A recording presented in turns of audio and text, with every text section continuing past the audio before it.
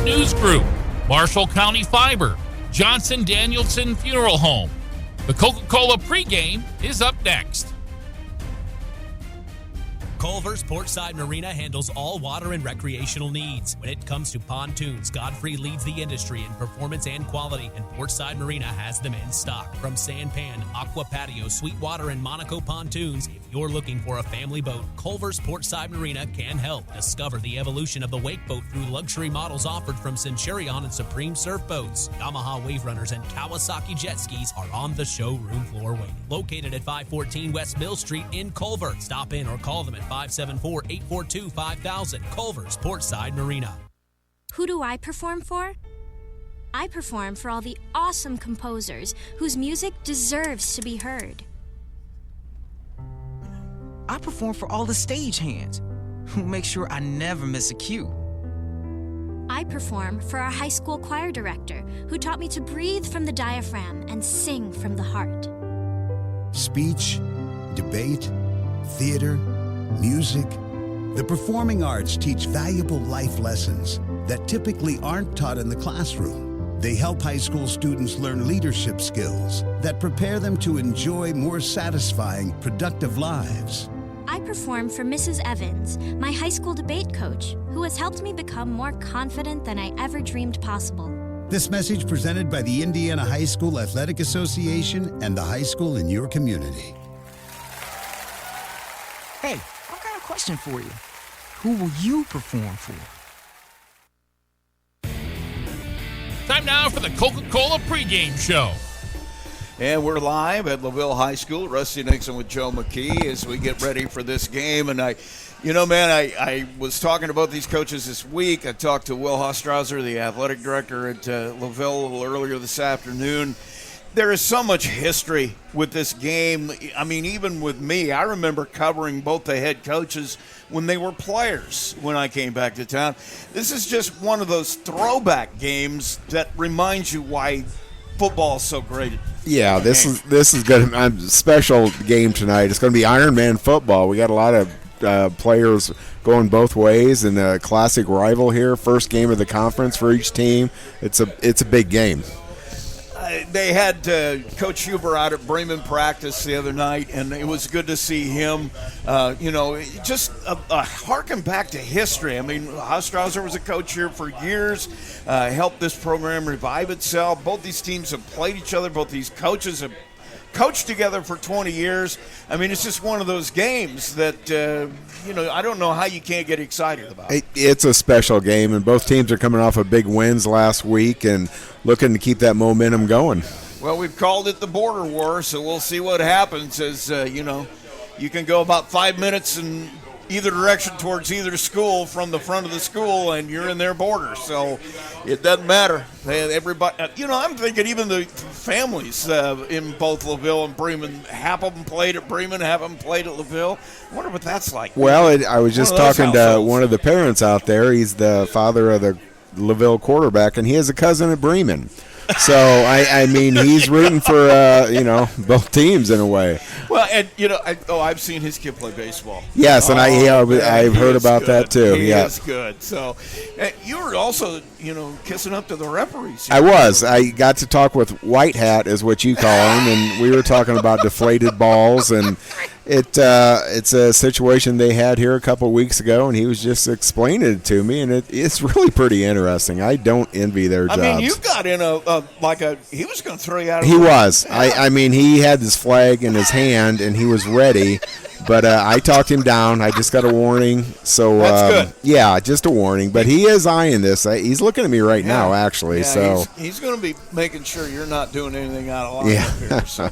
We'll take a break. When we come back, we will have our head coaches. You're listening to Max 98.3's Game of the Week. Coke Zero is now Coke Zero Sugar with great Coke taste. Some people were excited to hear the news. Some were skeptical. So we're not going to have the star of the show you're watching come out and say, "You'll love it." No special jingle written by this week's hottest pop star. No famous internet celebs who happen to be holding the label just so. Okay. Maybe just one little pour shot. The only thing that will make you believe Coke Zero Sugar has great Coke taste is trying it yourself. Ice cold Coke Zero Sugar. Try one today. MCF got its start in 2018 with one goal: bring fast, reliable fiber internet to Marshall County. Today, we offer lightning-fast speeds, equal upload and download with no contracts and no install fees. Whether you're working from home or streaming all night, Marshall County Fiber keeps you connected. We might be the new kid on the block, but we're growing fast, just like our internet. Visit marshallfiber.com or call 574-223-2191. MCF, making rural connections possible. Who's in, who's out? Here's the Hoosier Tire Injury Report. And let me see. For some reason.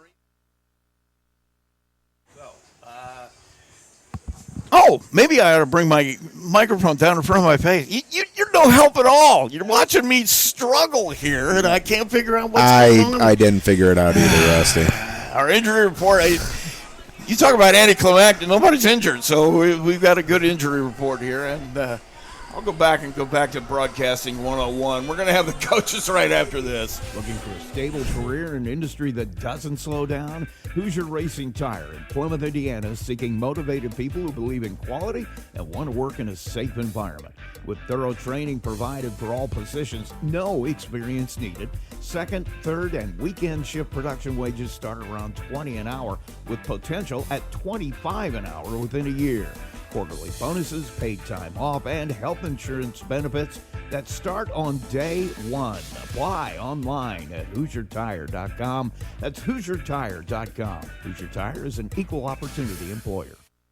Your morning, it deserves more than just coffee. It deserves Big B coffee. From velvety lattes to our famous sweet foam cold brews, every sip is brewed with love, laughter, and a splash of fun. All first responders and veterans receive a free brewed coffee and 20% off their entire order. Students and teachers receive 10% off with a valid school ID. Have the best day ever by stopping in to your family favorite local coffee shop where every cup comes with a smile and every day starts brighter. Stop in today and let's make it a big day. Big B Coffee, have the best day ever, located on Columbus Drive in Plymouth.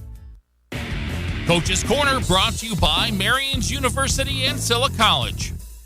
We dropped in at practice on Thursday night to talk to LaVille head coach Jeff Kaiser, and he talked a little bit about trying to make sure the right guys are in the right position here as we go into week 4. The perfect chemistry, right? The guys that play the best next to one another. But our guys are playing hard enough and giving us the looks that we're getting the feel for it. And it's up to the coaches here to plug and play and let's try this, let's try that type of thing. And it's not extremes, right? It's just maybe if we move this guy here, what does he give us, right? And getting a look. And our guys know, like, you're going to play multiple spots. We don't have a ton of depth. It's a 1A program. Right. But overall, Rusty, I mean, I feel we're ahead of where we were last year at this time, which is always promising. And the kids are responding to all the adjustments we're making. And I credit my staff for that because we're explaining your assignments and rules regardless of where you're at. So I like where we're at, but we can't get complacent, and we got to keep improving every day. I was going to say, that's saying a lot because you had a lot of guys back, but you had a lot of key positions where you were going to have to replace people, and they had to learn on the fly. Yeah, and I credit our program and the consistency we have and what the expectation is. We expect the same type of practice level out of our JVs as we do our ones. And if their number gets called, they're not like, now I got to shift it a gear now because I'm over on this side of the ball, right? So I attribute the staff staying consistent, and being persistent, right? There's a lot to go with that. Instead of just like, okay, it's a big week, we got to treat it as a big week of practice. We treat every game the same, win or lose. We're not going to practice harder. We're going to be more efficient. So I just credit the whole culture and the whole chemistry of what we have and what our expectation is that allows the guys to excel. Feels like you're about even on both sides of the ball too. I mean, your offense is clicking, your defense is doing what you want them to do. I mean, do you feel like you're on even on both sides of the ball? Yeah, I really do, because we can mix it up quite a bit on the offensive side, which is a tribute again to what we do, and for a small school program to be able to do that is pretty promising, right? And on the defensive side, we're able to play aggressive and no assignments and mix some things up, and playing multiple coverages and putting guys in different positions, sliding some guys around in formations and stuff like that. So, I like where we're at on both sides. But again, the key word is we just got to keep improving every day, not just on Friday night, every day, right, in everything we do. talk about them now a little bit. I mean, I'm sure you've broken them down on film. What I've seen them play, they give you a problem. They're going to bring that heavy set out there, and then if you stop that, they're going to bring that spread. I mean, you've really got to face two completely different styles of offense. Yeah, it is. It's his tradition. Coach Begonia, he'll run you to death. And that's no secret. And everybody's ever coached against him or coached with him, we know that, right? But he's also not afraid to put the ball up when he has to. And he schemes up things very well in that passing package. Based on what the defense is doing, he scouts film very well. But yeah, they're physical. They got a really good offensive line. Anchored with Freddie over there. He's a solid ball player. I mean, he's one of the best players we faced last year. He's back, Yeah. So he anchors that line very well on both sides. But they're physical to get off the ball, and they're mixing things up. I mean, and the thing is until you stop it, he's not going to stop. And if you do stop it, he's going to run it the other way. He's going to measure you up. And if you've stopped it both ways, all right, we're going to turn the page. So we just can't get complacent in a package, in a formation, and know that they're coming, and they're going to come downhill at you. Based on what I saw from them last week, I got to feel like their running game is where they finally found something there, and they feel good with it. Oh, for sure they do, and you can see it. You can see it as the game went on from quarter to quarter. The first quarter, I think it was 7-0 in the first, maybe 14. I forget what it was exactly, Rusty. But second quarter started taking over. Third quarter, they're really so each phase. They were believing more and more in what they were doing, and that's what a running game will do to you. And he has three really good running backs that he can ground and pound you. He can get the edge with you. And he's got a little speedster on the edge out there. He likes to jet him around. So he's got a really good combination. We're going to have to force him to throw the ball. That's what he naturally, you see on film, the two films I've seen, he doesn't want to throw unless he has to, right? Now, he threw a little more against Triton because they were behind in situations, but at the end of the day, you stop the run, force them to pass, I think we can be in a good situation. Let's talk about your offense, because their defense, honestly, the times I've seen them play, that's the thing I look at is they've got a solid defense. What are you going to need to do offensively to face that? Because they aren't going to back off either. Yeah, well, that's Jano, right? That's Jeff Jankowski. I mean, that's he's been at it a while and again, too. I coached with him. I think it was 7 years with him. So I know those guys. It's just weird. It's a broken record, but it's fun. But it doesn't surprise me that defense is playing that way because of what Jeff does. So we're going to have a balanced attack. I've said it on the radio each week, right? We got to be balanced. That's the key. And anything you're doing, as much as we do throw the ball, we got to have the running game there. Complement, right? If they want to shut the pass down because they're double covering or playing more of a zone on us, we should be able to run the ball, right? If they want to pack the box, we got to be able to throw the ball. So we got to settle down, keep it balanced, not get basically have the tendency of get a situation behind the sticks where we have to throw the ball. Keep the sticks moving to where keep them guessing so they can't settle in what they want to do. Let's talk a little bit off the game plan and everything else. I mean, you got 5 more games after this.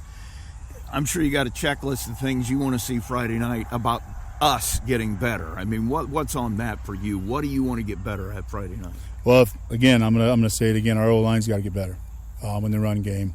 Our running game has been a little stale last couple weeks. We were without a starting running back 2 weeks ago.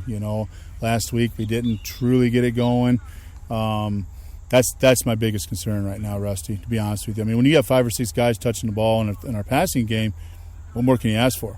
Right? But when we're not hitting that century mark, out of a running back in that type of offense, one, they're not honoring our pass enough, right? Which is kind of ironic. And the teams are, don't get me wrong. Yeah.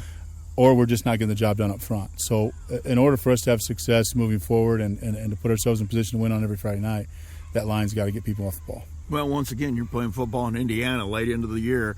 You got to be able to run the football if you want to go anywhere in the zone. Yeah, if you plan on playing in November, you're not going to be able to throw the ball 40 times. And if you do, you're playing from behind for a long time, right? That's not what you do. Now if you can get if you're luxury and you get to the end of November, you can throw it all you want down there, indoor. Yeah. But you're right. I mean, that's the thing. Like you can set back and say, okay, when the sun's shining and it's still 80 degrees outside, yeah, we can pass all night long. But you get that stormy, windy, rainy night, and the ball's slippery and that, and you can't complete them. Now you don't have a running game. It stales you real quick, and then you start losing the field position battle, and you put your defense behind sticks, and it just snowballs. Well, man, thanks for taking the time. I appreciate it, and I guess we'll see you Friday. Sounds great, Rusty. Appreciate it. That's Jeff Kaiser, head coach at LaVille, and we'll be right back.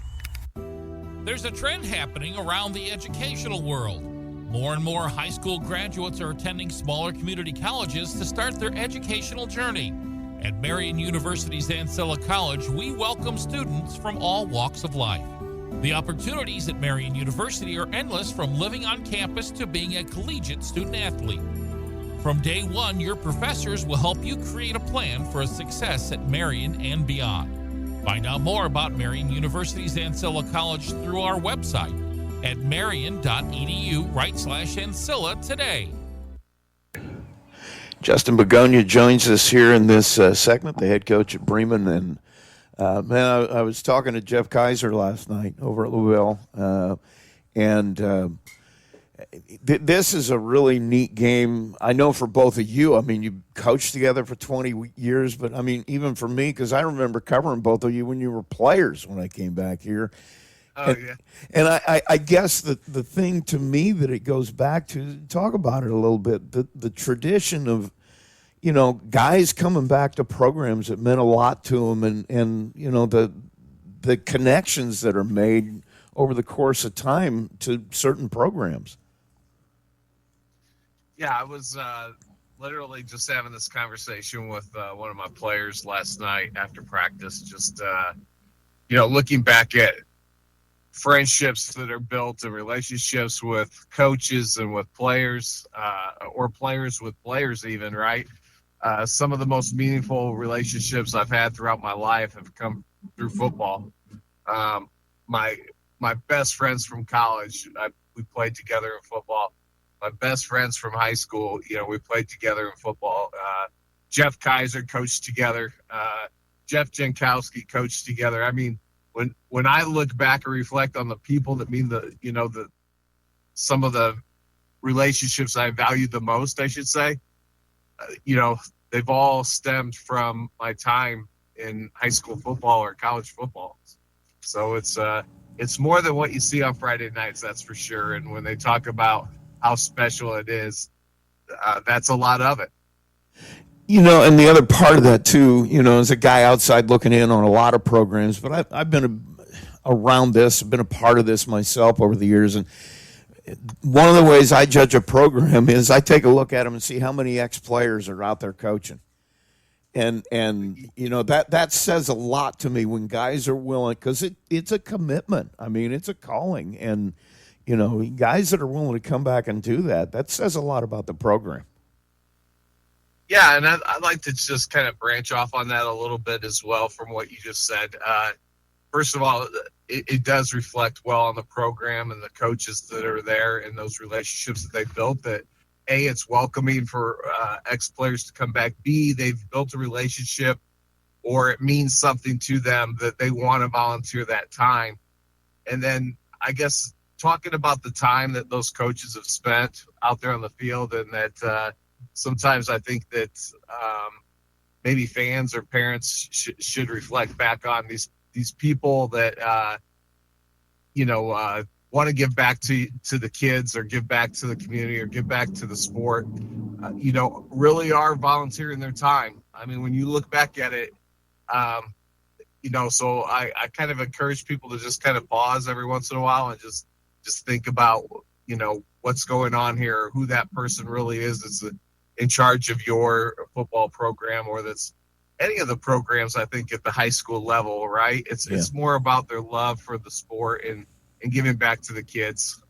It's definitely not a quote unquote profession where they're getting some kind of monetary value out of it. It's more about the relationships and giving back to the kids, really. I mean, I can't stress that enough. It's that's what it's all about.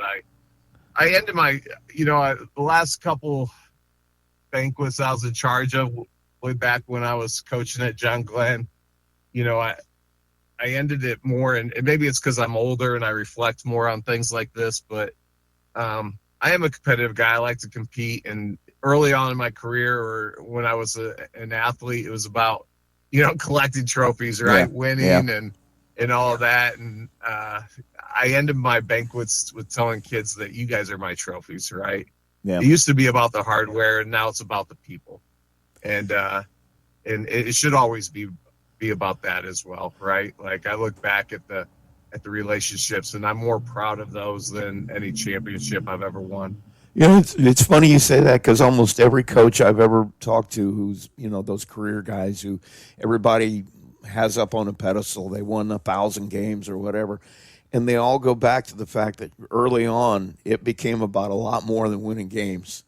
You have that early, I want to win, but then there comes a point where it's about a lot more than that.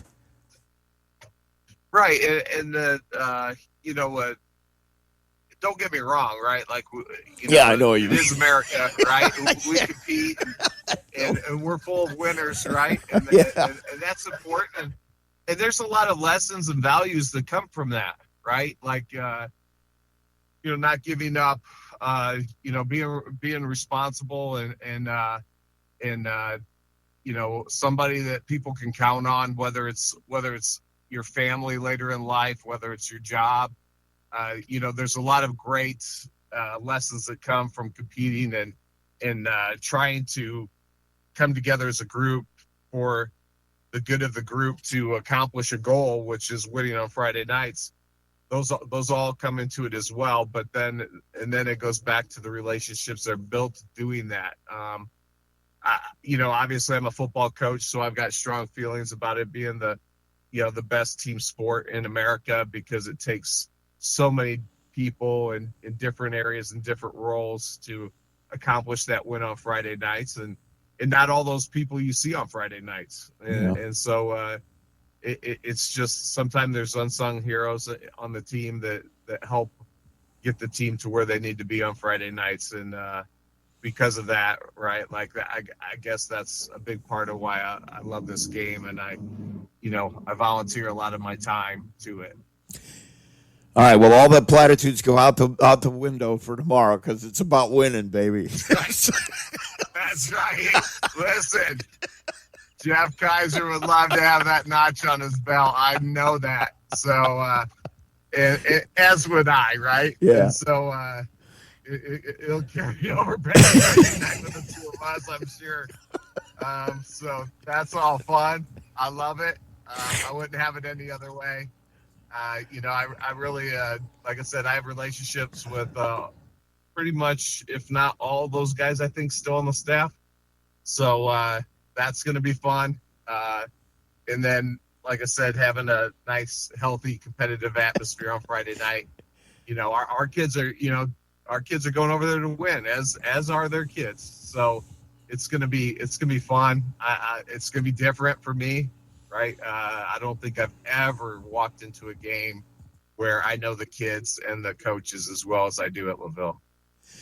Well, let's talk about that knowledge a little bit. I mean, when you break them down, they've got some guys. That's a good football team.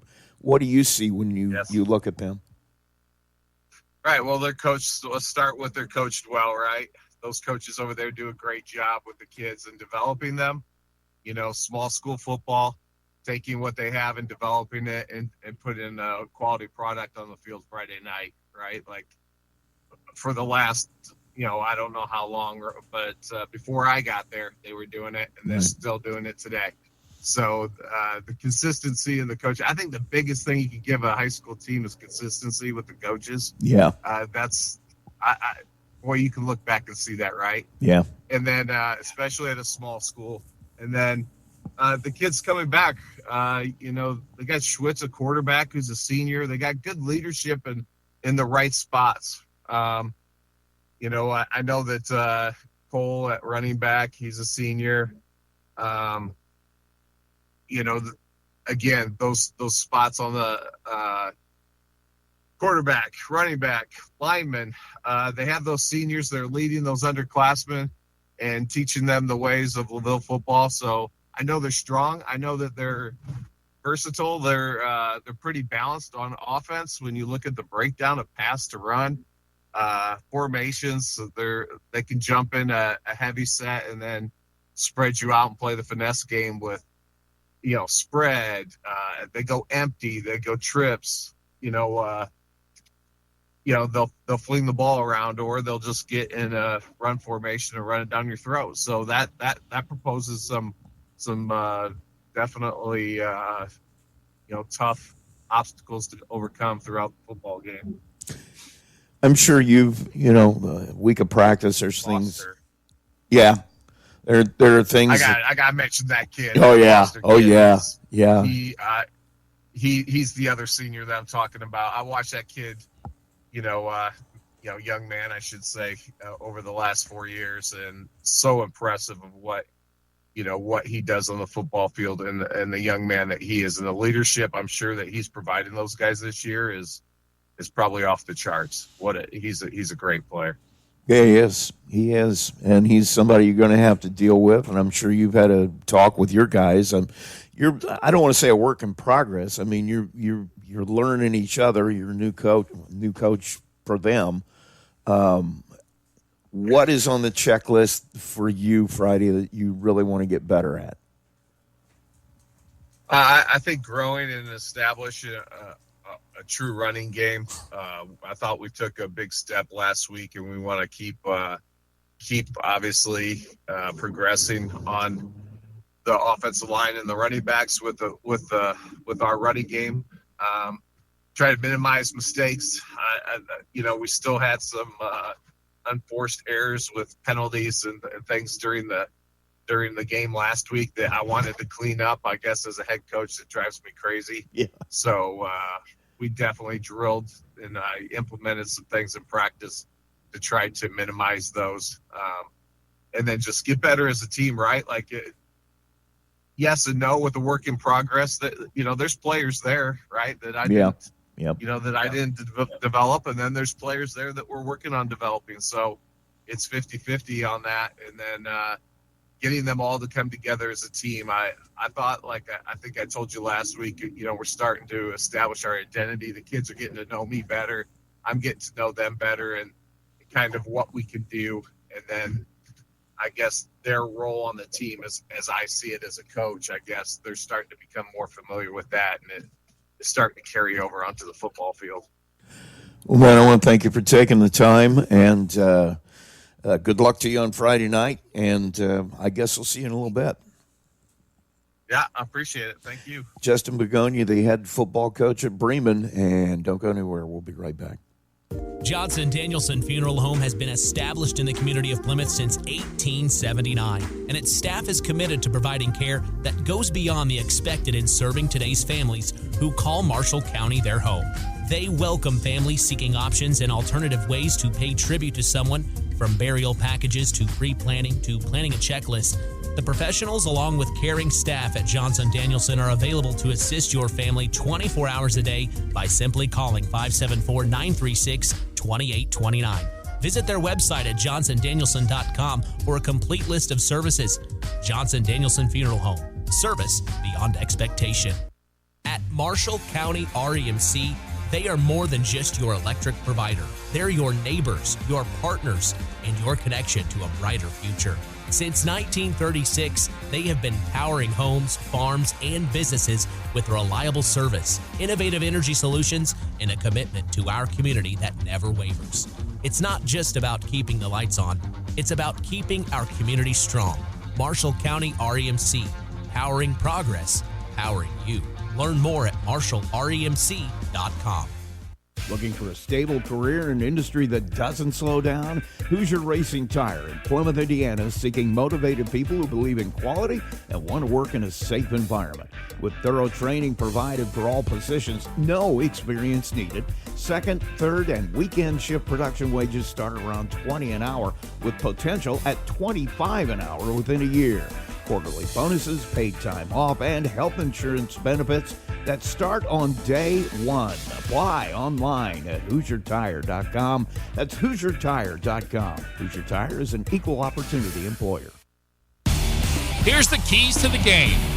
Well, we're back at LaVille High School. Rusty Nixon, Joe McKee, and This is old-time football, man. Whoever controls the line of scrimmage is going to have a huge advantage in this one. Yeah, that's going to be a big point of interest there. But turnovers and penalties, too. You know, each game we've seen some costly penalties that cost the team all of its momentum. And so turnovers and penalties, too. You mentioned that because, and I remember the Bremen and Triton game, they could have taken a lead going in at halftime.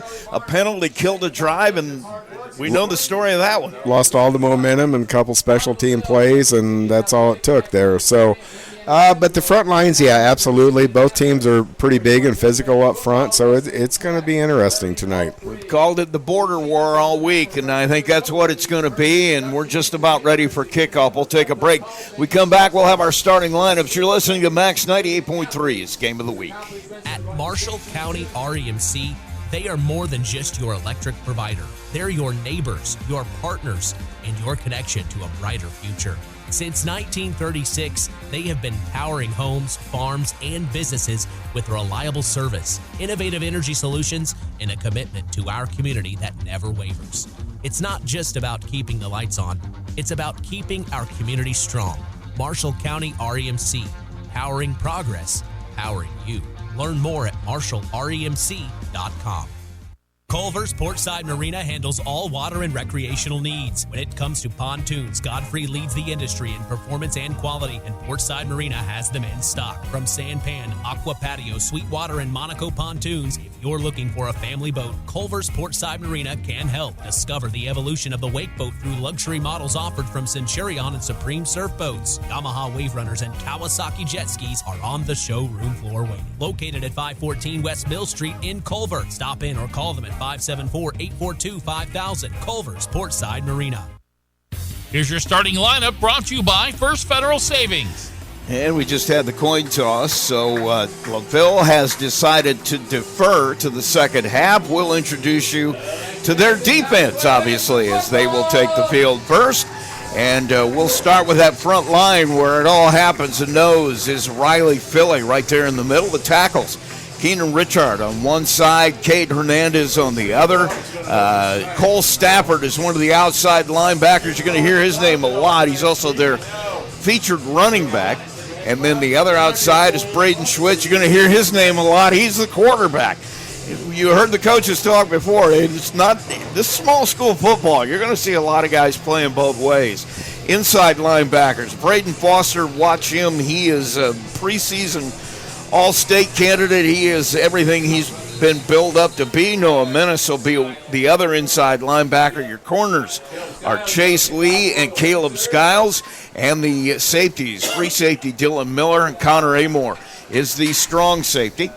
And so now the Lancers will tee it up, and it'll be Caleb Skiles kicking it away for the kickoff team. And back deep, we've got, I believe that's going to be Wildauer, Jack Wildauer.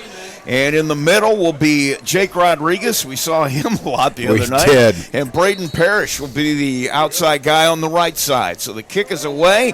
It's high in the air. It's going to come down to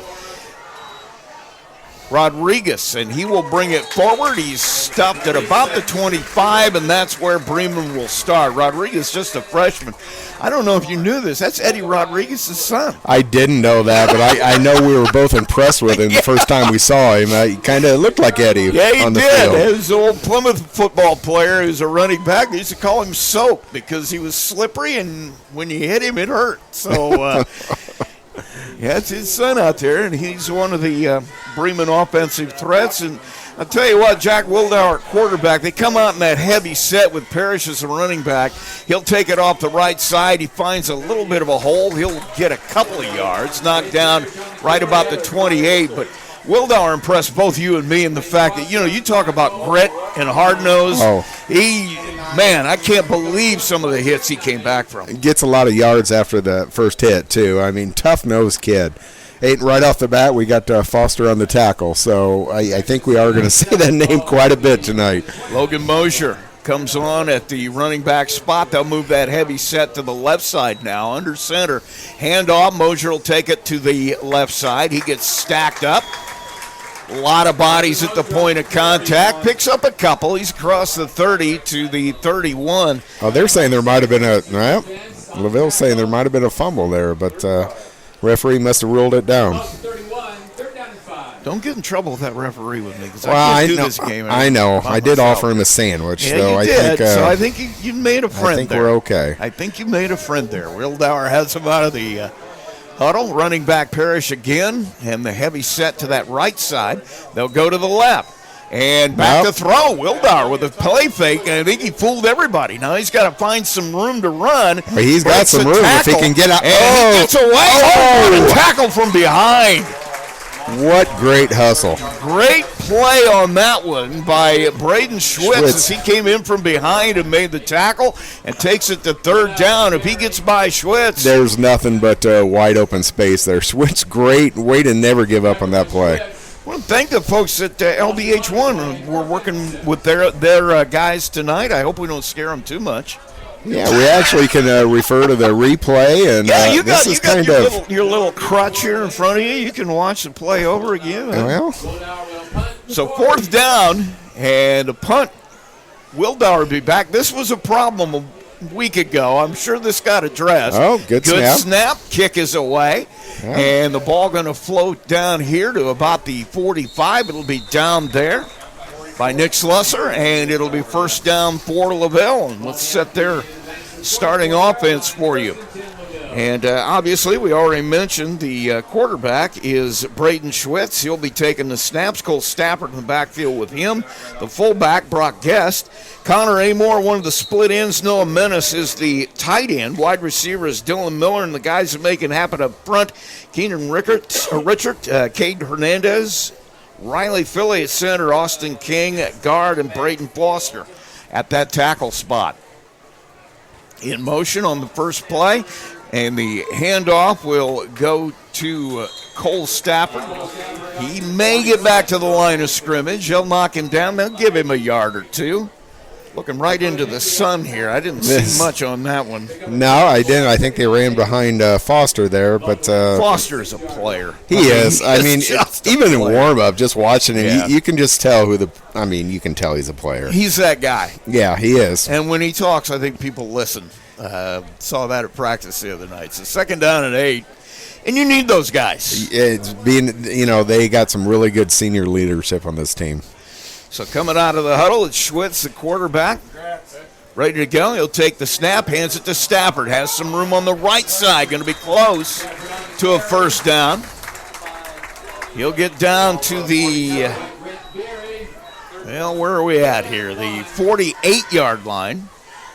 And it'll be 3rd and 1. 3rd and 1. I think they're going to run to the right side quite a bit and establish the rushing game. A nice hole there. Nice run by Stafford. He's over 50 yards a game rushing, so he's kind of their go-to guy. 3rd and 1 here now. Clock running. It is 8:30 to go here in the first quarter.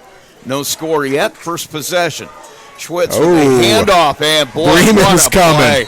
They sent the house on that one. And waiting right there in the hole to introduce himself to Stafford was Logan Mosier. Big decision already. They're running a little hurry up here. Running some tempos. They'll come out in 4th down and 3. And Schwitz will take the snap, looking to throw. Rolls He's got to the some right. room. He's got room to run. Gets slowed down. We got a flag in on that play. Oh, man. He's going to have the first down as Schwitz is able to thread his way down to about the 43, but let's see what the flag is. Yeah, it looks like LaVille's kind of walking back, but what a great effort there again. He was stopped cold. No flag. There we go. So the flag will get picked up, and it'll be a first down LaVille. Football will be at the 44-yard line. Schwitz comes to the sideline. He'll get the play call. And that first down sponsored by First Source Bank.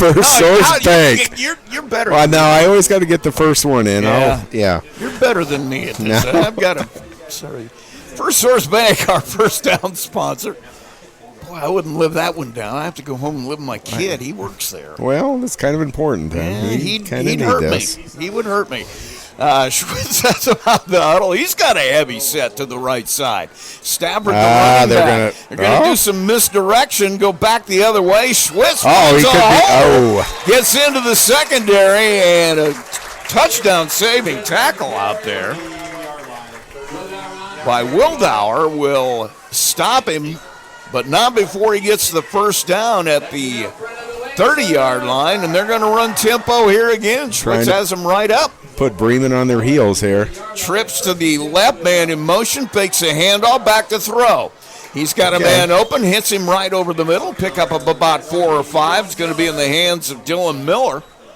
And it'll be second down here. We'll call it 6. I like that LaVille's running tempo already. First drive of the game, they're just trying to set the tone here and got a nice drive going, mixing it up with a nice pass there, a nice safe pass. So I like what LaVille's doing here. When you've got some veteran players in key spots, you can do things like that, and that is going to be a weapon as the night goes on. Now to the right side, we got men and wideouts on both sides, slots both sides, actually going to stack them on both sides. Snap.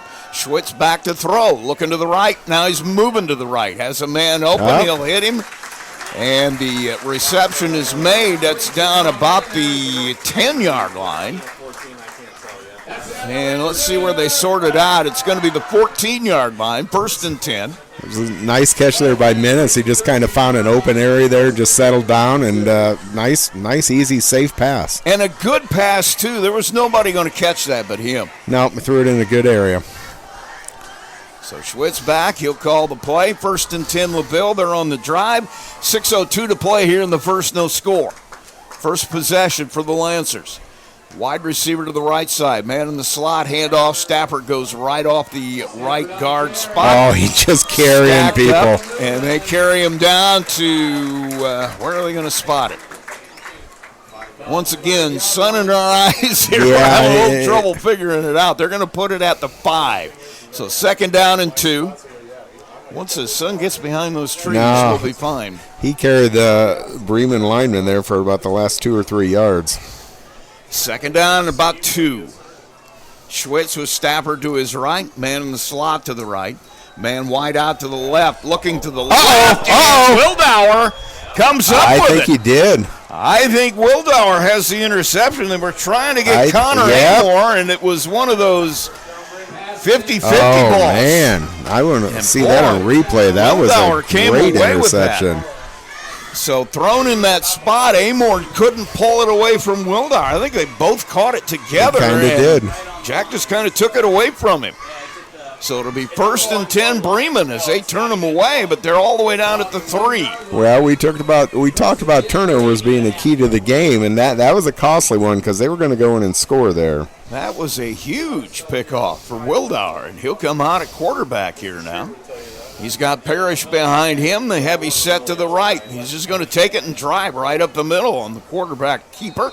And he gets driven unceremoniously back into the end zone. And he'll pick up maybe not much. They're going to mark him at the line of scrimmage. That ref's right on the 1 yard line. It's hard to see from this angle, but they don't have much room. Second down and 2. Clock running, 4:52 in the first. We have no score. Bremen with a big turnover here. Now Mosier going to come out. Parrish going to come to the sideline. There are two sides of the coin. Parrish with a little bit more speed. He's going to get free a little easier. Mosier's just going to run over you. So he is in that backfield spot. The heavy set to the right. He'll go right over him. Well. And he'll get it out to about the 5. Not a lot of room there, but a little bit. Well, if anything, it gives their punter a little more room to punt the ball if the need be. So second down, or actually third down, we should say, at the 5. About 8 to go, a little bit more than 7. I don't know if you dare to chance a pass down here right now. Clock running at 4:11. We're in the first quarter. Play comes in from the sideline. Bremen with the interception back at the goal line as trying to get out of the shadow of their own goalpost. Yep. Pitch to the left side. Parrish. Nothing there. He's knocked down maybe a yard, not much more than that. And so it'll be 4th down and 5, and the punting unit will come on.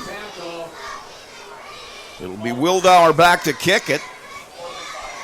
Well, his first punt was 25 yards, but they did have a good snap, so I think they did work on their punting game. Yeah. Dylan Miller will be the receiver back here at about the 35 is where he's going to settle in. And Wildauer all the way back at the back line of the end zone, ready to punt it away. Snap. Good snap. He'll kick it away. It is high. It is going to come down at about the 40. And picked up there by Miller. He'll bring it forward. He's got room to run. He's knocked out of bounds finally after a nice return of about 10, 12 yards. And it'll be first down LaVille, and they are deep in Bremen territory. Good field position here for their second possession. That was about a 35-yard punt, but yeah, nice return. The wall set up good to the left, and great position to start off here. I want to thank some folks. The Lancer Booster Club supports student athletes in all sports all year round, and they're proud to support LVH1 Broadcasting. Go Lancers. Out of the huddle is Schwitz in motion. Stafford now. He's going to pitch it to him. Ooh. And he breaks a tackle out on the edge. Good job by Stafford to get himself free. Wildauer will stick a hand in there and trip him up.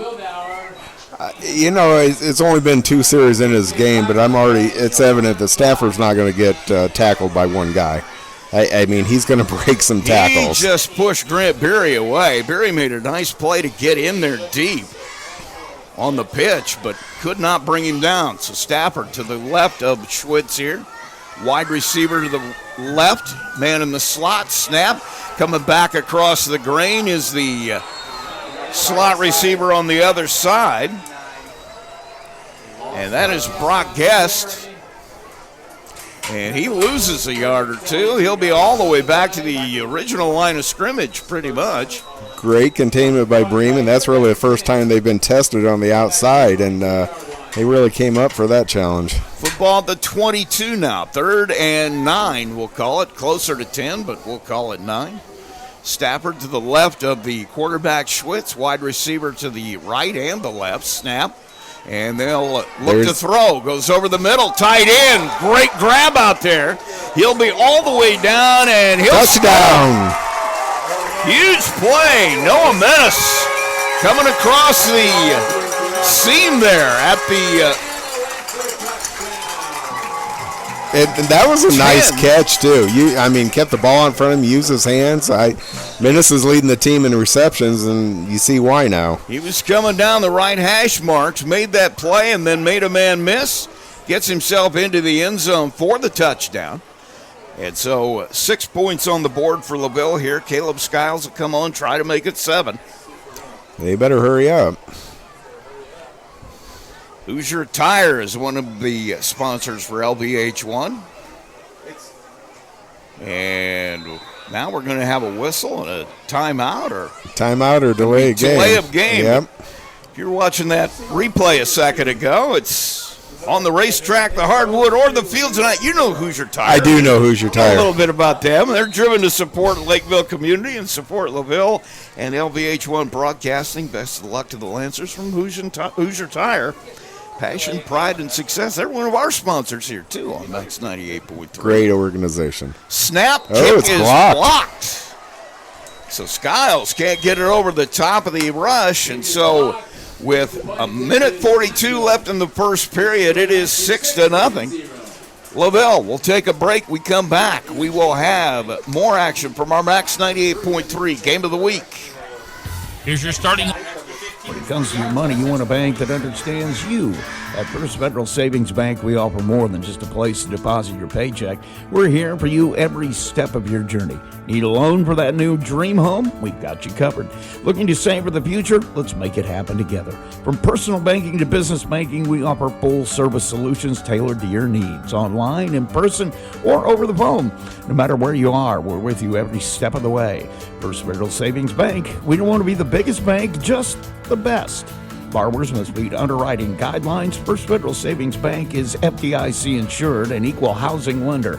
NMLS number 399927.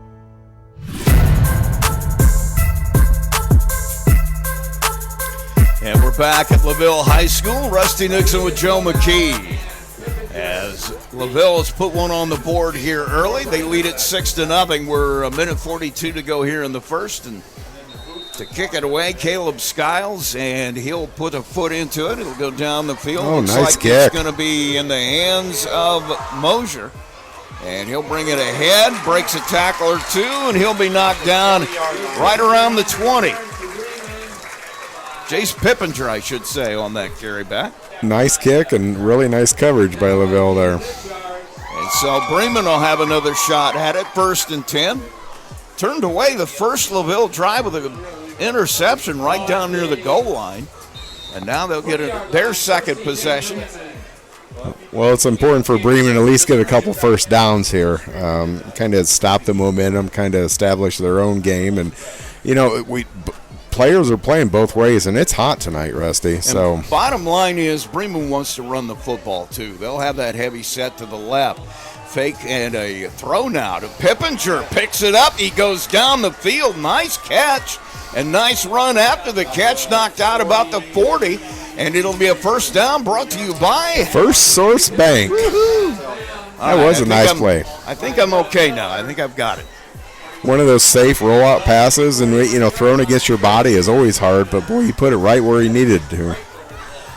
1st and 10, football at the 40. Snap, handoff right up the middle is Parrish. And he'll get knocked down. They're going to give him 3. So 2nd down and 7. Oh, that's more than I thought he got. That is a lot more than I thought he got. They will give him about 3. And it's football at the 44.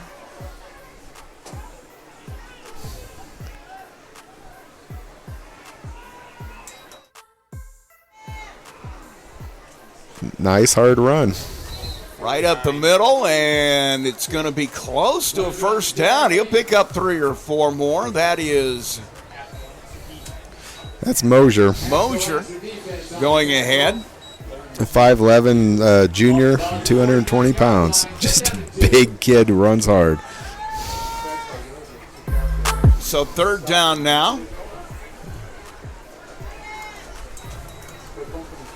Oh. Nice hole. And off the right side, that is Parrish. He'll pick up a first down, gain of about 5 or 6, and he'll be knocked down in LaVille territory at the 46. That'll probably about end the first quarter, but it looks like Bremen's found out a little something here. Got a nice drive going to good response. Do not have to run a play if they don't want to. 10 seconds left in the first quarter. Get them out quick. They got that full house look again, and the handoff right up the middle, and a little that was a little too tight there, I think. That was a handoff, went into the hands of Derek Miller, and he was not able to get anything. But that will be, as you said, the end of the first quarter. So we have played 1, and when we come back, we'll have more. It is 6-0 LaVille. And we'll be back right after this. You're listening to Max 98.3's Game of the Week. With great Coke taste, some people were excited to hear the news. Some were skeptical. So we're not going to have the star of the show you're watching come out and say, "You'll love it." No special jingle written by this week's hottest pop star.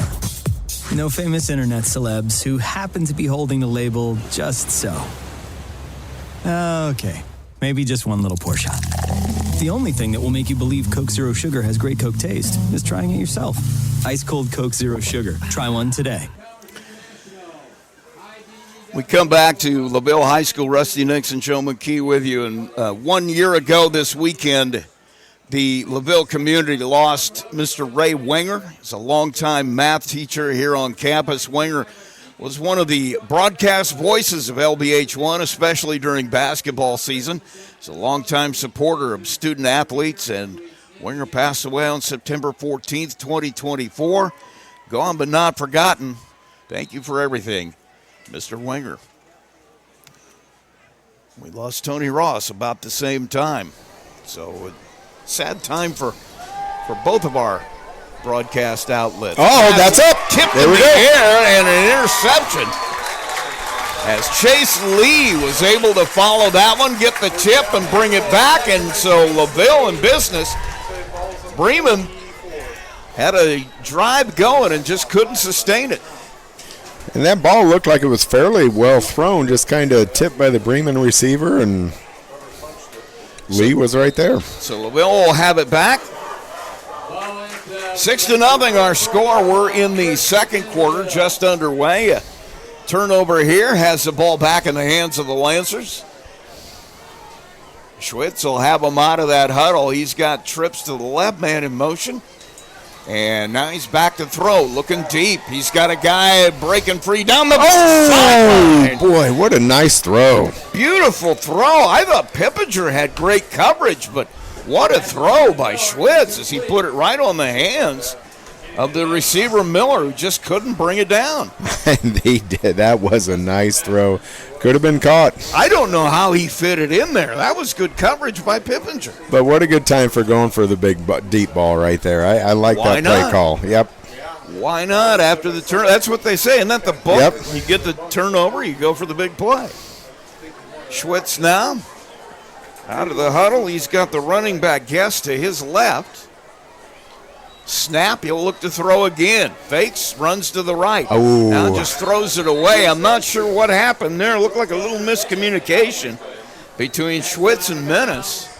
And so now it'll be 3rd down and 10. Clock stopped at 11:40 here in the second. Again, there is a little opening there, but that would have been a tough pass for her. 3rd down now and 10. Football at the 44. LaVille trying to capitalize on an interception. Trips now to the left, wide receiver to the right. Running back to the right of Schwitz, man in motion. And a fake handoff, back to throw again. Schwitz looking over the middle. He'll get it in the middle to Stafford. He makes a guy miss, gets into the secondary. It'll be a 1st down as he'll get all the way down to the 42-yard line. 1st and 10, LaVille, brought to you by First Source Bank. That was a nice play by Schwitz. He kind of just held it because he was thinking about running there, but the receiver came open and kind of put the defender in a bad spot. So 1st and 10 now. LaVille on the move again. They already lead at 6-0. 11:13 to play here in the second. They got a whole bunch of guys over on the right side. Left side. 4 receivers up. Oh, bad snap. Bad snap. That's Schwitz will just have to cover it, as he had a big body bearing down on him. That was Logan Fredrickson, who I think Schwitz made the good decision. I think he did too. Fredrickson, he's 6'2", 285, so that's a good call. Loss on the play all the way back on the LaVille side to the 47, so you're looking at 2nd and 21, but I think that discretion was a better part of valor there for Schwitz. He'll come out of the huddle. He's got men to the left. He's got a Stafford to the right. Guess the running back. Now Stafford in motion. Slips momentarily. Comes back around. He'll take the handoff. There's a hole. He goes up the middle. He'll find a little bit of room. Gain of about 7. They'll knock him down at the 45. And it'll be 2nd down and 13. Nice play. You probably weren't going to get the whole chunk in one down, so you got 2 more downs to get 12 yards. 6-0 the score. LaVille out in front. 10 minutes to play here in the half. Out of the huddle, Schwitz has a wide receiver to the right, man in the slot, and that heavy kind of look on the right side. Man in motion. Fake handoff. He'll go back up the middle. Makes a man miss. Gets all the way down to the 40. So it'll be 4th down now and 8. You're in 4-down territory. Let's see what play they have called. That was a slick little play by Schwitz. I mean, Bremen defended that really well. That could have been a big gainer. A little misdirection on that, as one of the flankers, Dylan Miller, came back across, and they faked the handoff, and Schwitz spun around and ran it the other way. 4th down now and 8. Football just outside the 40. Schwitz with everybody out in the pass pattern. Back to throw over the middle. Oh, boy. Can't come up with it. All alone. He had a lot of green in front of him and just couldn't bring it in. That was one of those times, just kind of couldn't believe how open he was. He just kind of took his eye off the ball, looking to get a big gain, and he'll run him before you have it gathered in. So it'll be 1st and 10 Bremen as they turn him away. That was an important stop for Bremen. Keep this a 1-score game. Whenever a Lions club gets together, problems get smaller, communities get better. That's because they help where help is needed. La Paz Lions, they serve, and they're a sponsor of LBH1. Wildauer back to throw. He's got a man wide open. Oh, man, he was open. That was Rodriguez. No. Parrish was standing Parrish, out there yeah. all by himself and just overthrew him, as he couldn't get up high enough to bring it down, so it'll be second down. But, boy, that play was there. LaVille dodged one there because that could have been – that had 6 wrote all over it. Another package comes onto the field. Wildauer will get the play. Second down and 10. Clock running at 8, or actually stopped at 8:55. 6-0 LaVille here in the second period. Wildauer under center, takes a snap, hands it off. Parrish right off the right side, has a nice hole. He'll get about 7. He'll be knocked down at the 48-yard line, 47, I should say, and it'll be 3rd and 3. Bremen's starting to figure out some things there. They're starting to get some positive yardage on those run plays. Bremen's got some experience on that front line and a lot of size. And over the course of the night, I imagine they could wear you out. Man in the slot to the left, handoff this time to the left. That's going to be good for a first down, as Parrish will get over the 50 to the 49. And once again, it's not fancy. Not a lot of bells and whistles, but Justin Bongonia doesn't care. He got 3 or 4 yards. That's all you need. You got another first down sponsored by First Source Bank. Thank you. Man, I'm glad you're catching my errors here early in the game. 1st and 10, Bremen comes out. Running back, ready to go. They're under center. Hand off to Parrish. He'll spin, gets maybe 1 or 2. Got the line surge, but nothing more. A pickup of 2. It'll be 2nd and 8. That was a nice tackle by Gass there. So the football will be at the 47. And the clock running at 7:37 here. 6-0 LaVille, our score in the second quarter. Wildauer has him out of the huddle. He's got men to the right side. Man in the slot is Rodriguez. Snap, back to throw, looking to the right, rolling to the right. Has man open, I think, over there. I'll tell you what, I thought he was going to run that. He had some room. I thought he was going to too, but you don't see a 76 number in coverage off him, but that was Braden Foster, so that explains that. I couldn't see Rodriguez over there because Foster was blocking him from my view. He's a big young man. He's one of their linebackers, and he was out in coverage there. It's like I say, you see a 76 in pass coverage, it kind of catches your attention. Men in the slot to both sides here now for Bremen. 3rd and 8. Back to throw Wildauer out of the slot. Oh, straight there. Look, what do you think? Who's there? Foster. Yep. Screen was there, but so was Foster, and he'll put away the running back. It was a completed pass to Derek Miller, but he had nowhere to go. So it's 4th down and 8 now. No gain on the play. Football at the LaVille 47. Just a smart football play. They're well disciplined, kind of sniffed that out there because there was some room there behind him. 4th down and 8. Wildauer out of the shotgun now. A little bit high on the snap. He'll punt it away. And nobody back, so it'll get a nice roll. It's going to roll all the way down to the 9. Rodriguez will cover it out there. And so it'll be 1st and 10, LaVille again here from the 9-yard line. And thankfully the sun is behind the trees. It's starting to be, yeah. Oh, we can see now. Oh, goodness. So 6 minutes to go, 6:35 to go in the second quarter is when it goes down. We'll have to remember that. So LaVille with another possession here. They lead it 6-0, 6:34, and the clock running here in the first half. Schwitz alone in the backfield, sends a man in motion. Now he's going to throw it over the middle and hit instantly after the completion is Dylan Miller. And a nice pickup on the play of 9. Clock will continue to run at 6:20, and it'll be 2nd and a little bit more than 1. Plenty of time in the clock. LaVille does still have 2 timeouts left, so. Out of the huddle. Schwitz with a running back to his left. We've got a whistle. I'm not sure what this is about. Looks like somebody's going to call timeout. It's going to be timeout Bremen. Okay. So we'll take a short break as well. And our score at 6:06 to play here in the second quarter, 6-0.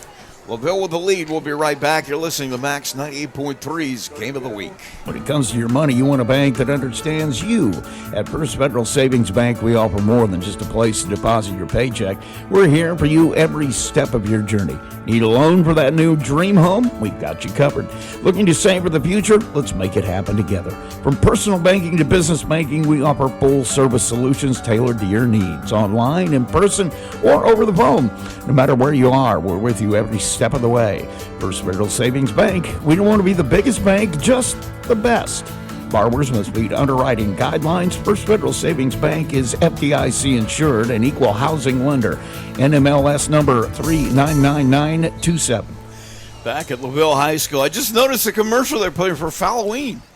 That's coming up in Walkerton, the Glen. I've never went over to that. Oh, it's unbelievable.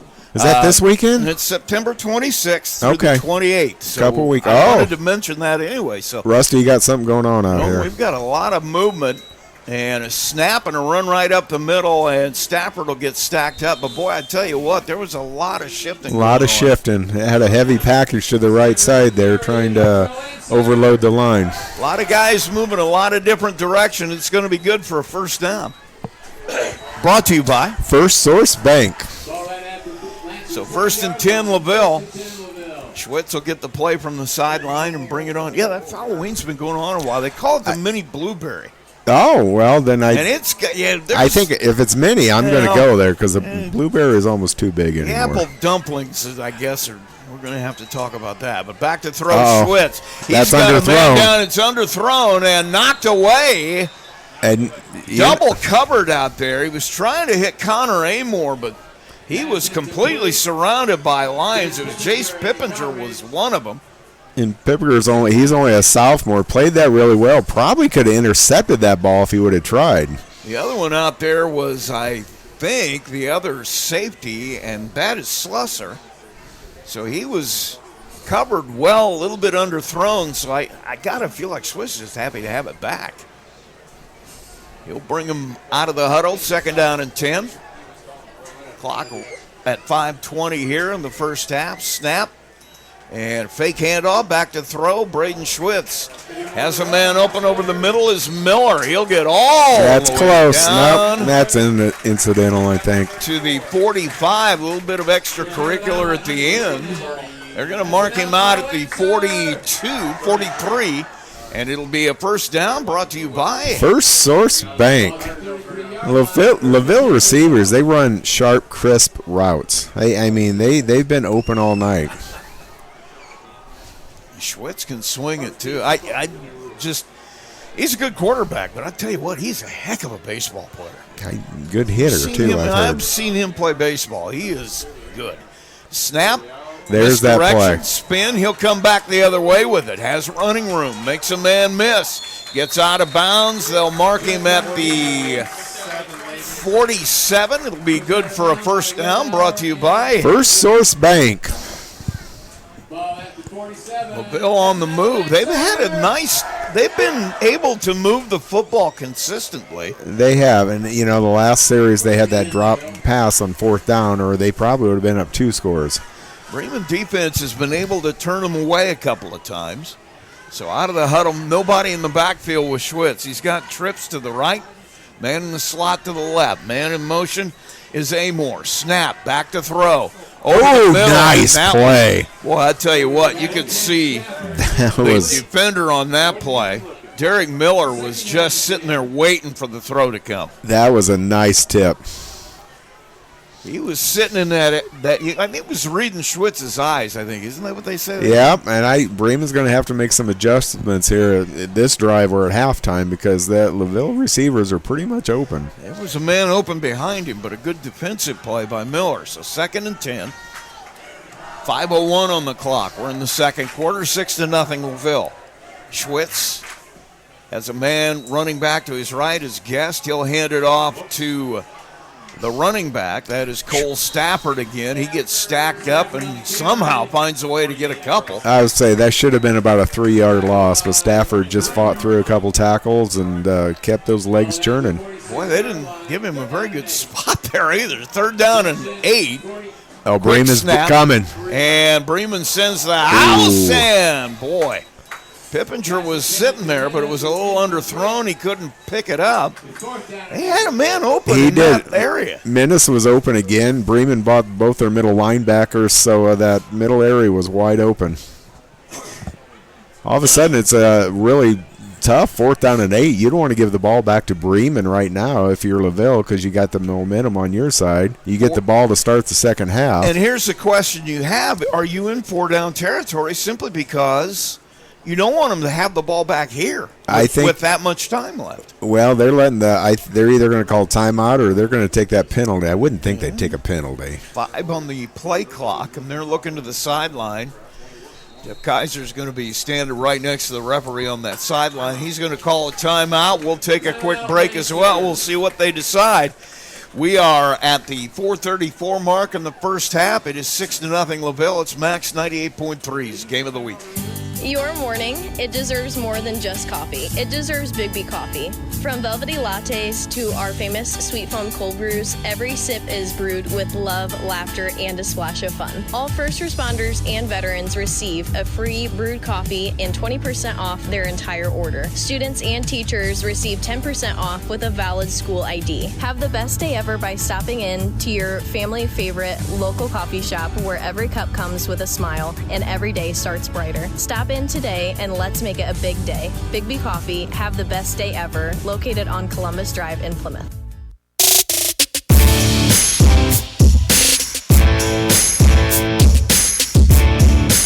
And we're back at LaVille High School. Rusty Nixon with Joe McKee. Out of the timeout, LaVille's decided to punt the football. If I'm Bremen, you got to be sitting on this, though. Yeah, I would say I'm thinking there might be something up. So, back deep to punt is Stafford. And 4th and long. Snap. Yeah. Stafford has it. Kick nice is punt. Away. Line drive caught at the 10. Wildauer will return it. Has some room. Makes a guy miss. Gets to the right side. Uh-oh. He's got a lot of room. And miss again. And he's on the way over the 50 down to the 30. A great return by Jack Wildauer. LaVille didn't set the edge there very well, and boy, he just went and made a couple guys miss, and he was lucky he didn't score for LaVille. So 1st and 10 here for Bremen. They're in business with 4:18 to play in the half. And they dodged some bullets. They did, and how big would it be if they could go down and score and either tie the game or go up a point at halftime? That would be a huge momentum shift. As LaVille has had their way pretty much, drives have stalled. And so out of the huddle under center is going to be Wildauer. He's got a man in the slot to the left. Snap, handoff, going to the left side. Parrish will get a little bit of room out there on the corner. Pickup of around 4. It's going to be 2nd and 6. And I think Bremen's happy with that. You know you're already in 4-down territory, so you just need 3 yards a pop. Bremen, I'm sure, is happy with 3 or 4 yards every time. That's Justin Begonia's MO. He's going to run the football. Until you stop him, he's going to do whatever he can to run that football at you. And you do want to take some little time off the clock here. You don't want to give the ball back to LaVille. 3:44, clock running. Second quarter, Parrish. And now a little confusion. We're going to get a timeout by Bremen. Good timeout. If there is any confusion on there, what they're playing or what they want, this is a pivotal part of the game right now. This is not where you want to make a mistake. So we'll take a quick break as well. It is 2nd and 6. You're listening to Max 98.3's Game of the Week. Who doesn't like pizza, right? But have you tried the pizza at Bourbon Street Pizza lately? More fresh ingredients and a new pizza sauce recipe. It's like a slice of heaven each and every time you take a bite. And now there's 16 new style of pizzas for you to choose from on the menu. And let's not forget the mouth-watering wings or their 5 different pasta dishes to choose from. Bourbon Street Pizza with area locations in Plymouth, Culver, Argus, Walkerton, Napanee, and in Bourbon. If you're looking for a quick and delicious dinner for the entire family to enjoy, look no further than a Bourbon Street Pizza location near you.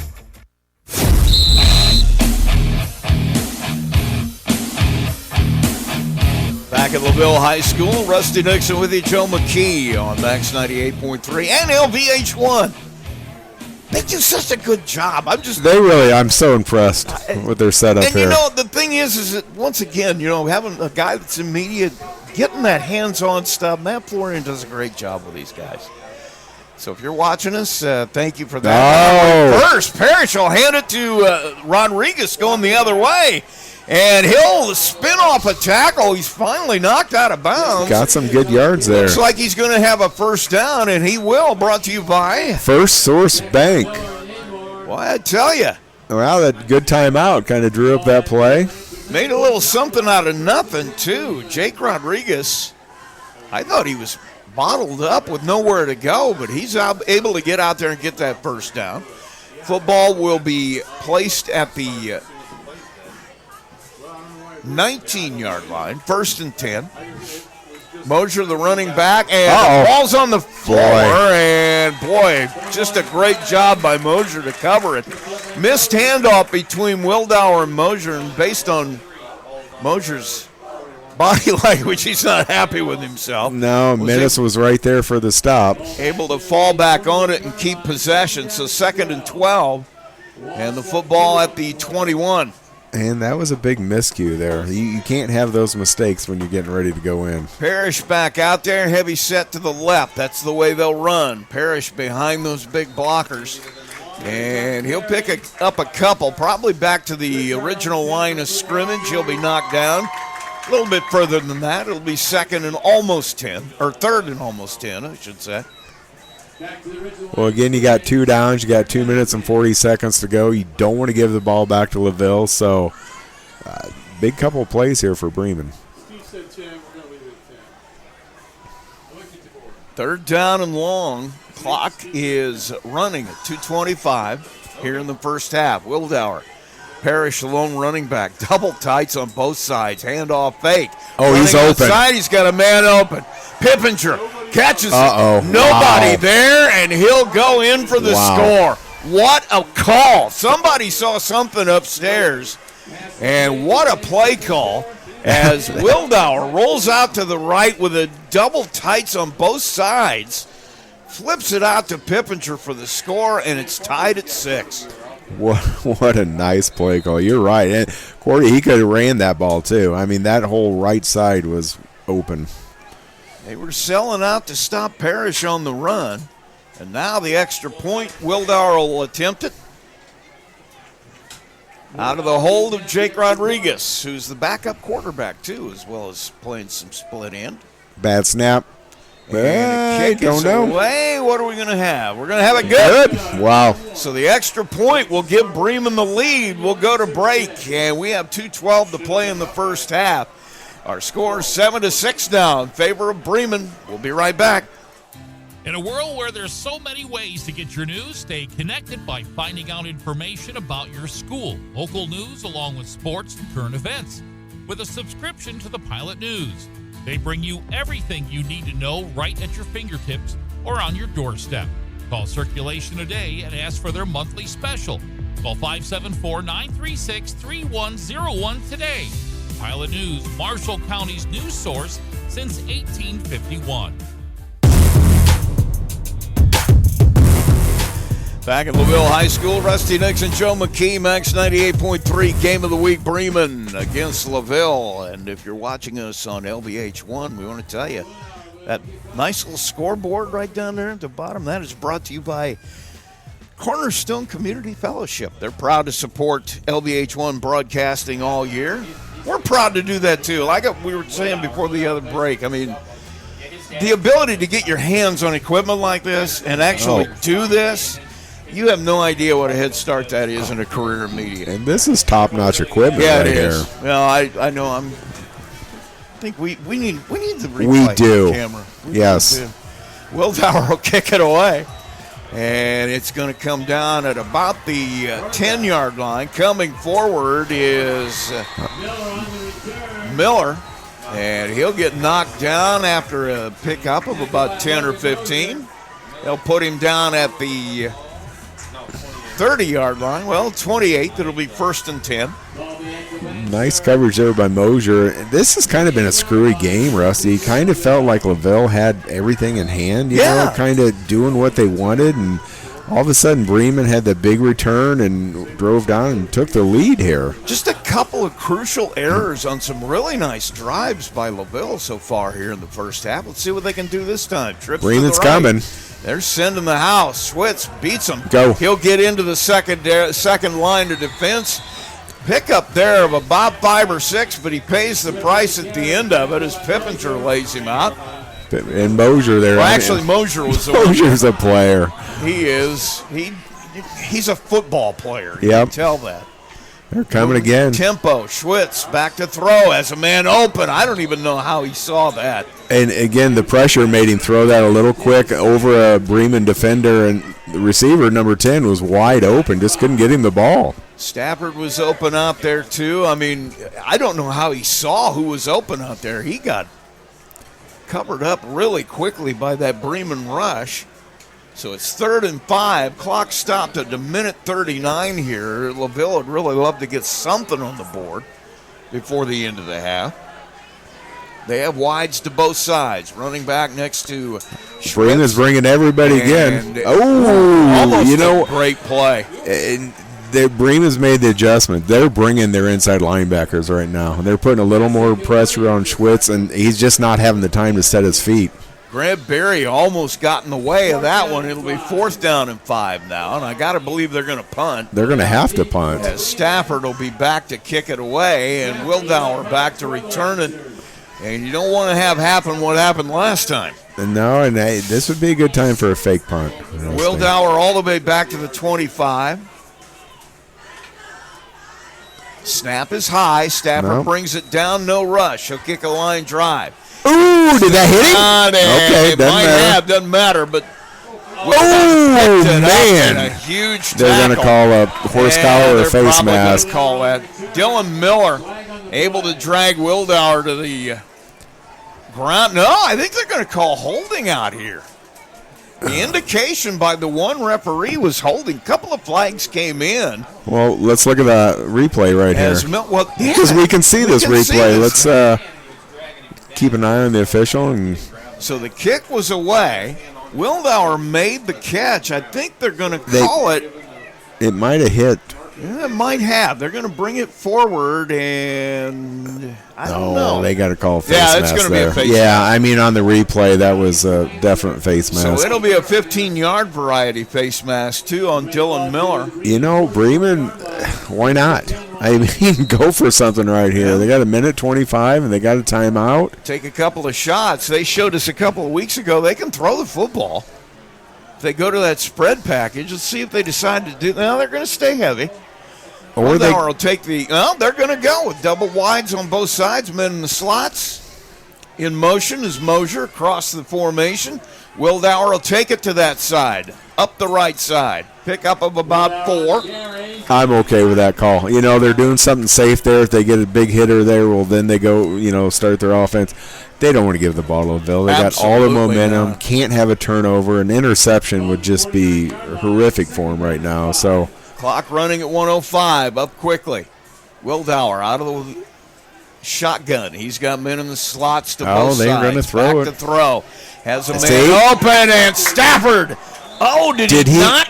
He didn't bring it in. I think it went to the turf. They're going to call it incomplete. I thought he was going to come away with a huge interception. Yeah, that's why you don't throw that ball. That's one of those out throws that you got to be on time, or you got to have a strong arm to do that. Stafford jumped in front of that route and he had nothing but green grass in front of him. Nah, I bet they run it here, Rusty. In 50 seconds, I got a feeling they may just look at the replay right here. Boy, he broke on that. He just was inches away. What a great play by Pippinger to knock it out of his hands. Otherwise, that's 6. And they're going to go under center, hand it to Parrish. She'll go over the right side, and now close to a first down. And LaVille's going to call a timeout and make sure they get the ball back. 43 seconds left. I think it's going to be 4th and short. I'm sure they've seen the Triton-Bremen game where a couple of bad snaps Bremen had to deal with, so they're going to make Bremen punt the ball at least. They will take the timeout. We'll keep it here and say thank you to the folks at LBH1, also the Lancer Booster Club. Whether it's the game balls on the field, which you got a chance to investigate. I did. We talked about the inflation gate. Yeah. Or the equipment broadcasting behind the scenes. Lancer Booster Clubs is a vital part of student and student-athlete experience at LaVille. And they thank you, Booster Club, Lancer Booster Club, and go Lancers. If you're watching us on television tonight, that is the high school crew. And they've done a great job. Great job, man. They make us feel like we're good at what we do. It's like I told Matt this afternoon, I hope we don't make you look bad. Well, I think they're making us look better. They're making us look hey, look at this. Oh, they're going to go for it. 4th down and 1. They're going to try to draw him offside. They're not going to hike it. Comes up to the line. He's going to see if he can draw him off sides. Now we're going to get a timeout call. Good try by Bremen. Boy, they came out of the came out of there like they were going to go for it, but and a disciplined, well-coached LaVille team not to fall for that. So they'll go to break again or to a timeout again. I mean, but again, I like the quarterback under center, and I think he could have got it, Rusty. You know I like that. 43 seconds left. I talked to Plymouth coach Adam Hanley this week, and he said a couple of their big plays were under center. Yes. Yes. I said, okay, if we ever get back to one of your games, Adam, you are going to make one Joe McKee one of the happiest guys who's ever lived to see a guy under center. Well, when it's short like that, I mean, take a look at it. What do the Eagles do? They've done okay. You still have so much more of the play action, and I just like under center. I don't know. I kind of like the shotgun myself, and I was never much of a player. Well, backyard maybe. You love that in the backyard. Oh, punt is high on the snap. Wildauer brings it down, kicks it away. It's a high punt. It's going to go out of bounds. Let's see where they mark it. Right around the 15. Yep. So it'll be 1st and 10 LaVille from the 15. They've got 36 seconds left. They trail at 7-6. And they still have one timeout left, and they can get the big play. They've tried a couple shots downfield already, and they've had the receivers open. We'll let you know at halftime we're going to be talking to Will Hostrauser, the AD here at LaVille, about some of the other sports going on in Lancer Nation this fall. Their soccer teams are both off to great starts. We'll talk about that with Will at halftime. Now Schwitz back to throw. A little time left, and he's going to get smothered. Oh, what a great job to get away. He's going to kill some time, but he should have been down a long time back there. He'll get back to the line of scrimmage a little further. They're just going to let it go. 10. Bremen found a way to put pressure on him. They do not need to run another play, and I'd be surprised if they do, honestly. Nope. Let it go to half, and they're coming to the huddle. They get the ball to start the second half, so. And that's going to do it for the first half. So Jeff Kaiser decides he just wants to let it go away and go back and plot some other things out here in the locker room at the halftime break. We're going to take a short break. When we come back, as I said, we'll talk with Will Hostrauser, the AD here at LaVille High School, about some of the other sports going on around LaVille. And halftime score is Bremen 7 and LaVille 6. You're listening to Max 98.3's Game of the Week, also on LVH1. It deserves more than just coffee. It deserves Big B coffee. From velvety lattes to our famous sweet foam cold brews, every sip is brewed with love, laughter, and a splash of fun. All first responders and veterans receive a free brewed coffee and 20% off their entire order. Students and teachers receive 10% off with a valid school ID. Have the best day ever by stopping in to your family favorite local coffee shop where every cup comes with a smile and every day starts brighter. Stop in today and let's make it a big day. Big B Coffee, have the best day ever, located on Columbus Drive in Plymouth. Looking for a stable career in an industry that doesn't slow down? Hoosier Racing Tire in Plymouth, Indiana is seeking motivated people who believe in quality and want to work in a safe environment. With thorough training provided for all positions, no experience needed. Second, third, and weekend shift production wages start around $20 an hour with potential at $25 an hour within a year. Quarterly bonuses, paid time off, and health insurance benefits that start on day one. Apply online at HoosierTire.com. That's HoosierTire.com. Hoosier Tire is an equal opportunity employer. There's a trend happening around the educational world. More and more high school graduates are attending smaller community colleges to start their educational journey. At Marian University's Ancilla College, we welcome students from all walks of life. The opportunities at Marian University are endless, from living on campus to being a collegiate student athlete. From day one, your professors will help you create a plan for a success at Marian and beyond. Find out more about Marian University's Ancilla College through our website at marian.edu/Ancilla today. It's the Big B Coffee Halftime Show. And Will Hostrauser, I wanted to call you the head coach at LaVille. It's been a couple of years. AD at LaVille, and I kind of enjoy these county games because it gives me a chance to get a hold of the ADs and talk about some of the other programs at the particular schools that are going on here in the fall. And I know you've got a couple of girls programs going really well. Your boys, you got a lot of stuff going on at LaVille. Yeah, as an AD, you've got a lot of hats to wear, and you've got a lot of different places to be all at the same time, it seems like. So I guess we call that job security, right? We do, though. We've got some great kids, some great coaches, and they get out on the field, court, whatever, just to compete and display their skills, and we're very fortunate for that. Both our boys and girls soccer programs are off to a solid start, and they're very competitive, and we're looking forward. I always try to tell my coaches to, have your teams ready to operate at peak performance during state tournament time. That's what our goal is. Every team's got a certain amount of potential, and we want to meet that potential and have the kids there it's state tournament time, and a lot of our coaches do a really, really good job of that. I'm pretty proud of that for sure. Both your soccer programs, this is something that I talked a little bit with Culver AD about last week, was the fact that you need 11 guys to play soccer. That's sure. You got 11. If you don't have 20, you're getting really thin.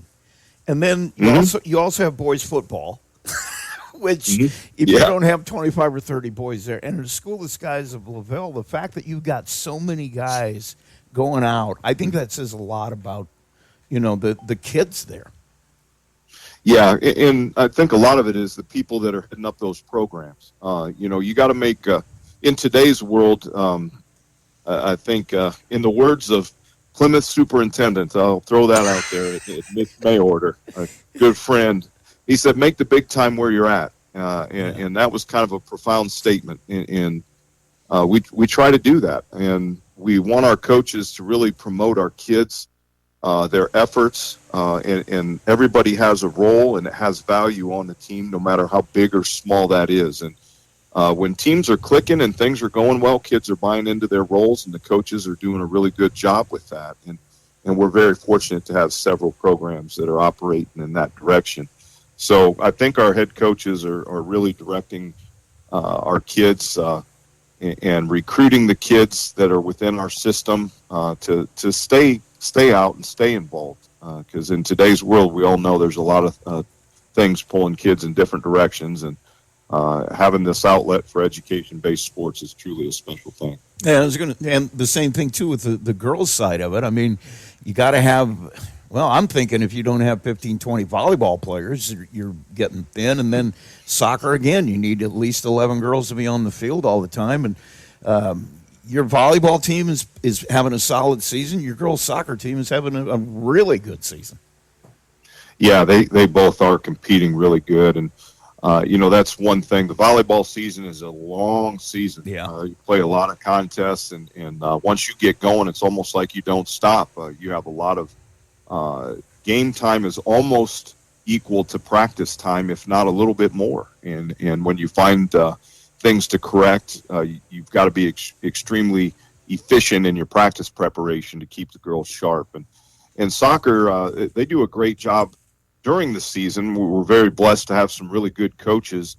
However, I think one of their feathers in their hat is what they do in their off-season structure for our youth program. I think they do a really good job. All the young coaches developing these kids as they come up through the system, and they're ready to go when they hit high school. So we're good now, and I appreciate the competitiveness, but yet the willingness to continue to sharpen the edge, so to speak, and work. A lot of times when you experience success, kids can get caught up in that and all the social media posts and all that stuff, and tend not to work as hard. Well, I think we have a culture that kind of alleviates that a little bit, where the kids constantly got to work to get better, and that's something that's special for sure. You made a good point there too, because a lot of times a successful program or a year in a program that started 10 years before with the youth programs. And I was out at football practice the other night. You had a whole backfield completely full of youth football players. I mean, that is where the groundwork is laid for what happens when you get to high school. Totally agree. When I coached football here, I was lucky enough to experience some success, and a lot of the success goes to all those coaches that coach at that level. We had coaches clinics and those sorts of things to connect our program, and every piece was important and had a tremendous amount of value. And a lot of the coaches that are here model that. And that's, you can see those programs kind of rising. And that's something that's very, very important, especially in today's, day and age. And I really appreciate all the efforts, because a lot of times those youth coaches are there on a volunteer basis. And, sometimes it can be a thankless job. But without them, I tell you, the success at the upper level sure isn't possible. I was going to say the other night, I kind of had this thought back. I mean, watching that going on with football there, at Argus, all the success they've had in soccer. Well, you want to know why? Go out to Argus on a Saturday afternoon and look at the 300 kids out there kicking a soccer ball around. I mean, it all starts at that age. Yeah, it sure does. And I'm glad you brought that up, because in that community, we love to compete with those kind of programs too. They do it the right way. They play at a high level year in and year out. And when we're lucky enough to be on the right side of a contest against them, our kids feel like they accomplished something. And really, that's something to say for their program as well. All the small schools, Argus has always been a soccer, I guess you'd say powerhouse for the small school level. And they're kind of the measuring stick. And that's something that they can be proud of over there. And we certainly enjoy that competition with them, because it is always really, really good. And there's other schools in the area that are like that as well. Some of the conference rivalries that have developed here, obviously with Bremen and Glenn being 9 miles east or west, just depends on which way you want to turn. And, those are always really good, healthy, spirited competitions, no matter what the game is at hand. And that's kind of what makes it special.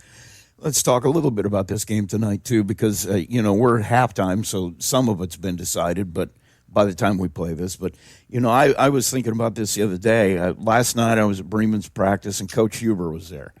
The tradition that I don't want to get on my soapbox, but I think that's something that this game it's a throwback game, because that's something we've kind of lost in the what are you going to do for me sports era of being a part of something bigger than yourself that goes back, further back than yourself, and the importance of that in a community and amongst people. I love this game for that reason. These are the ones, you remember certain games. These are the ones you always remember. Yeah. You talk about Coach Huber, guy before that named Coach Bungie. I remember my father and him yelling at each other across the football field. So, yeah, there's a lot of that there. Yeah, and they're fantastic, and it's a good. We were actually just in an admin team meeting here this afternoon, right after lunch, and talking about how much we enjoy working with the administrators from Bremen, and even though the rivalries, run deep, it's for the right reasons and done the right way, and we really enjoy working with them. But yeah, this game is special. I'll date myself a little bit. When in my first class, when I started teaching at John Glenn way back in the day, Jeff Kaiser was in that class. He was on the team at Glenn when I was coaching, right? So, and then Justin Bagunia was my first head football coach hire in my career. And I remember when he came from Evansville, I told him, he was such a good football player. Evansville decided to shut down their football program after he left. It couldn't be matched. And so anyway, that's something. Both these guys are very special to me, and they mean the world to me, because they both have a great talent for leading young men, and that's something that both schools are lucky to have. And there's been numerous names along the way. They don't call it the Long Green Line for nothing. Right. They've got a tremendous tradition over there, and that's something that we really would like to have over here at LaVille as well. So I think that's something that we really want to, just develop. Yeah. So. Well, man, I want to thank you for taking the time. I appreciate it. And I guess we'll see you in a few hours, because I'll be up there. You will be. I mean, I know you're AD. You're probably way too busy, but we'll bump into each other, I'm sure.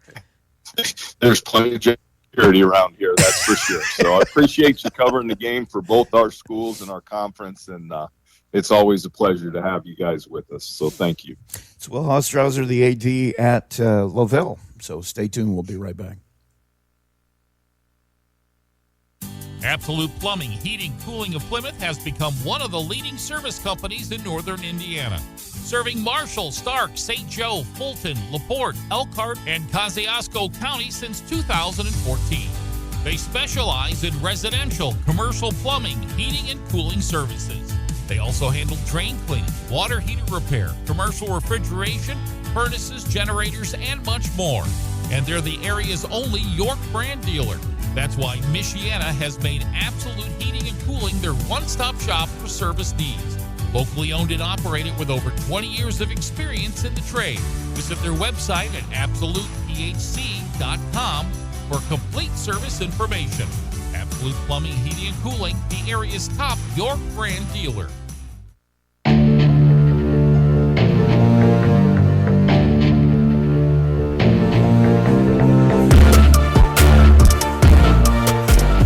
Back at LaVille High School, it's halftime.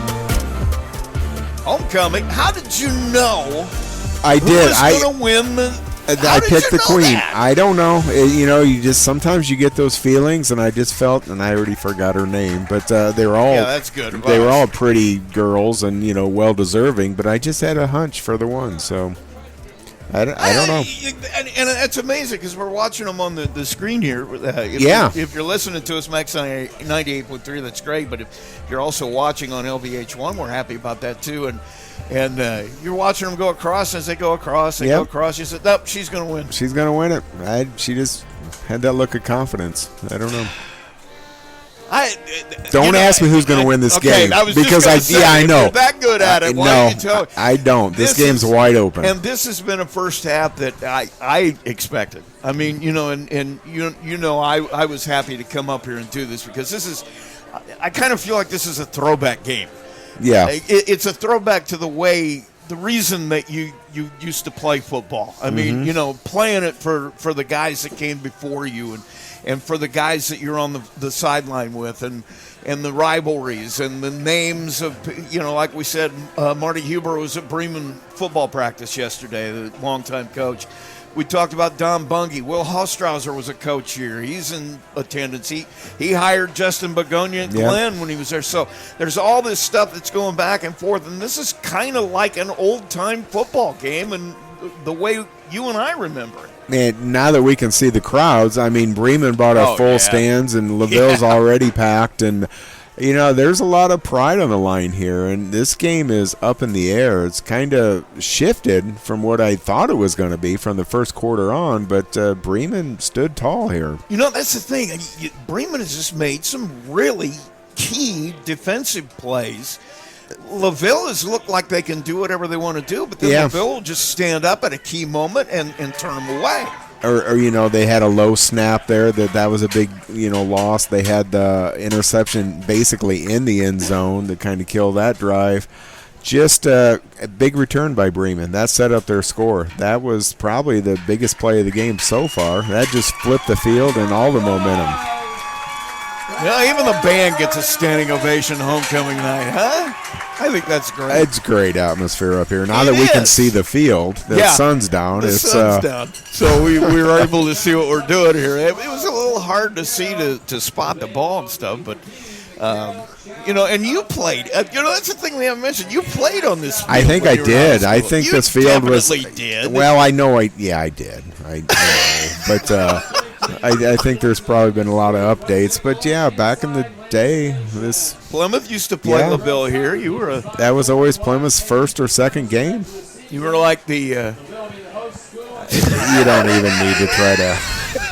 You don't need to try to make up anything here. So, I just wanted to give your high school football exploits they were due. Okay, well, Al Bundy and me, we remember our high school, so yeah.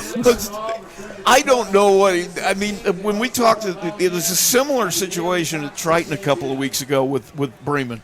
It was. I'm not so sure. I don't feel this is going to turn on a special teams play again, and I think if Justin Begonia heard me say that, he'd probably have me taken out of the place. But Bremen definitely made some adjustments. They started bringing some pressure and kind of made Schwitz uncomfortable in the pocket, so he rushed some of his throws, missed a couple throws, and so now it's LaVille's turn. They need to make some adjustments. I'd like to see him to go back to the run a little bit. They had a lot of success early in the game, kind of establishing that, and let the pass feed off the run. I think a lot that's of what misdirection in that offense too, and I think initially that had Bremen back on their heels a little bit. I'm sure they were expecting it, but not quite sure how it was going to play out. And once they had that figured out, I think they felt a lot more comfortable with what they wanted to do. Yeah, LaVille needs to put Schwitz. I mean, they just need to give him the ball, let him be a senior here on homecoming night, let him kind of take over the game because we know he can. He does look like a playmaker, I'll tell you that, and he has made some plays here early. Let's take a look at some scores around the area. It's Northwood over Mishawaka right now at halftime, 19-10. That's kind of a surprise, really. Also, where's the one I was looking for? Warsaw's leading Wawasee 34-7. Glenn ahead of Jimtown. That is at Jimtown, by the way, at halftime. 7-3 the score there. That's another conference game in the same conference of these guys. Winnemac and Culver Community. That is on our sister station, WKBI tonight. If you want to tune that one in, no score from that. Fairfield and Culver Academy. Fairfield, really good team, but Culver trying to get into that win column. They had a tough week last week. They lead at 14-6 right now over Fairfield at halftime. And we had a Plymouth score down here. Where is it? See if it's updated. Triton is leading South Central 35-0. And that one as well in the second quarter. And where is the Plymouth score? I think last we saw it was 30-6. 30-6. Plymouth was ahead there it is, 30-7 at halftime. Plymouth with the lead there. So that's a look at some of the scores around the area. And we're just about ready to start the second half here. Obviously, 7-6, Bremen is out in front. And we'll take a short break. When we come back, we'll have the second half for you. You're listening to Max 98.3's Game of the Week. Also, a little help from LVH1. So we'll be right back. Home has been established in the community of Plymouth since 1879, and its staff is committed to providing care that goes beyond the expected in serving today's families who call Marshall County their home.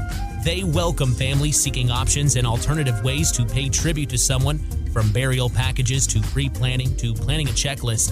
The professionals, along with caring staff at Johnson Danielson, are available to assist your family 24 hours a day by simply calling 574-936-2829. Visit their website at johnsondanielson.com for a complete list of services.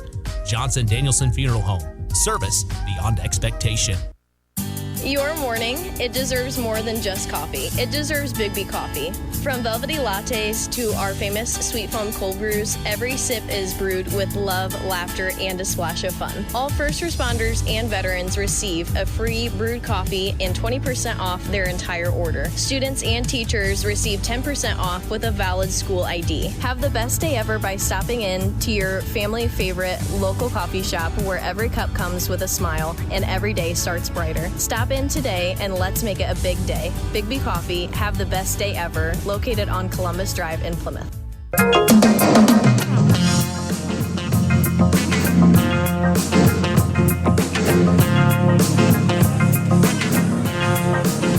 Back at LaVille High School, Rusty Nixon, Joe McKee, as we get ready for second half action. Bremen against LaVille. The Lions holding a 7-6 lead at halftime here. I got to admit, it's kind of surprising to me because LaVille was having their way offensively in the first half, but a couple of really big plays. The interception on a drive that looked like it was going to surely end in points on the first possession. And then, as you mentioned, that punt return really seemed to turn the volume up on Bremen.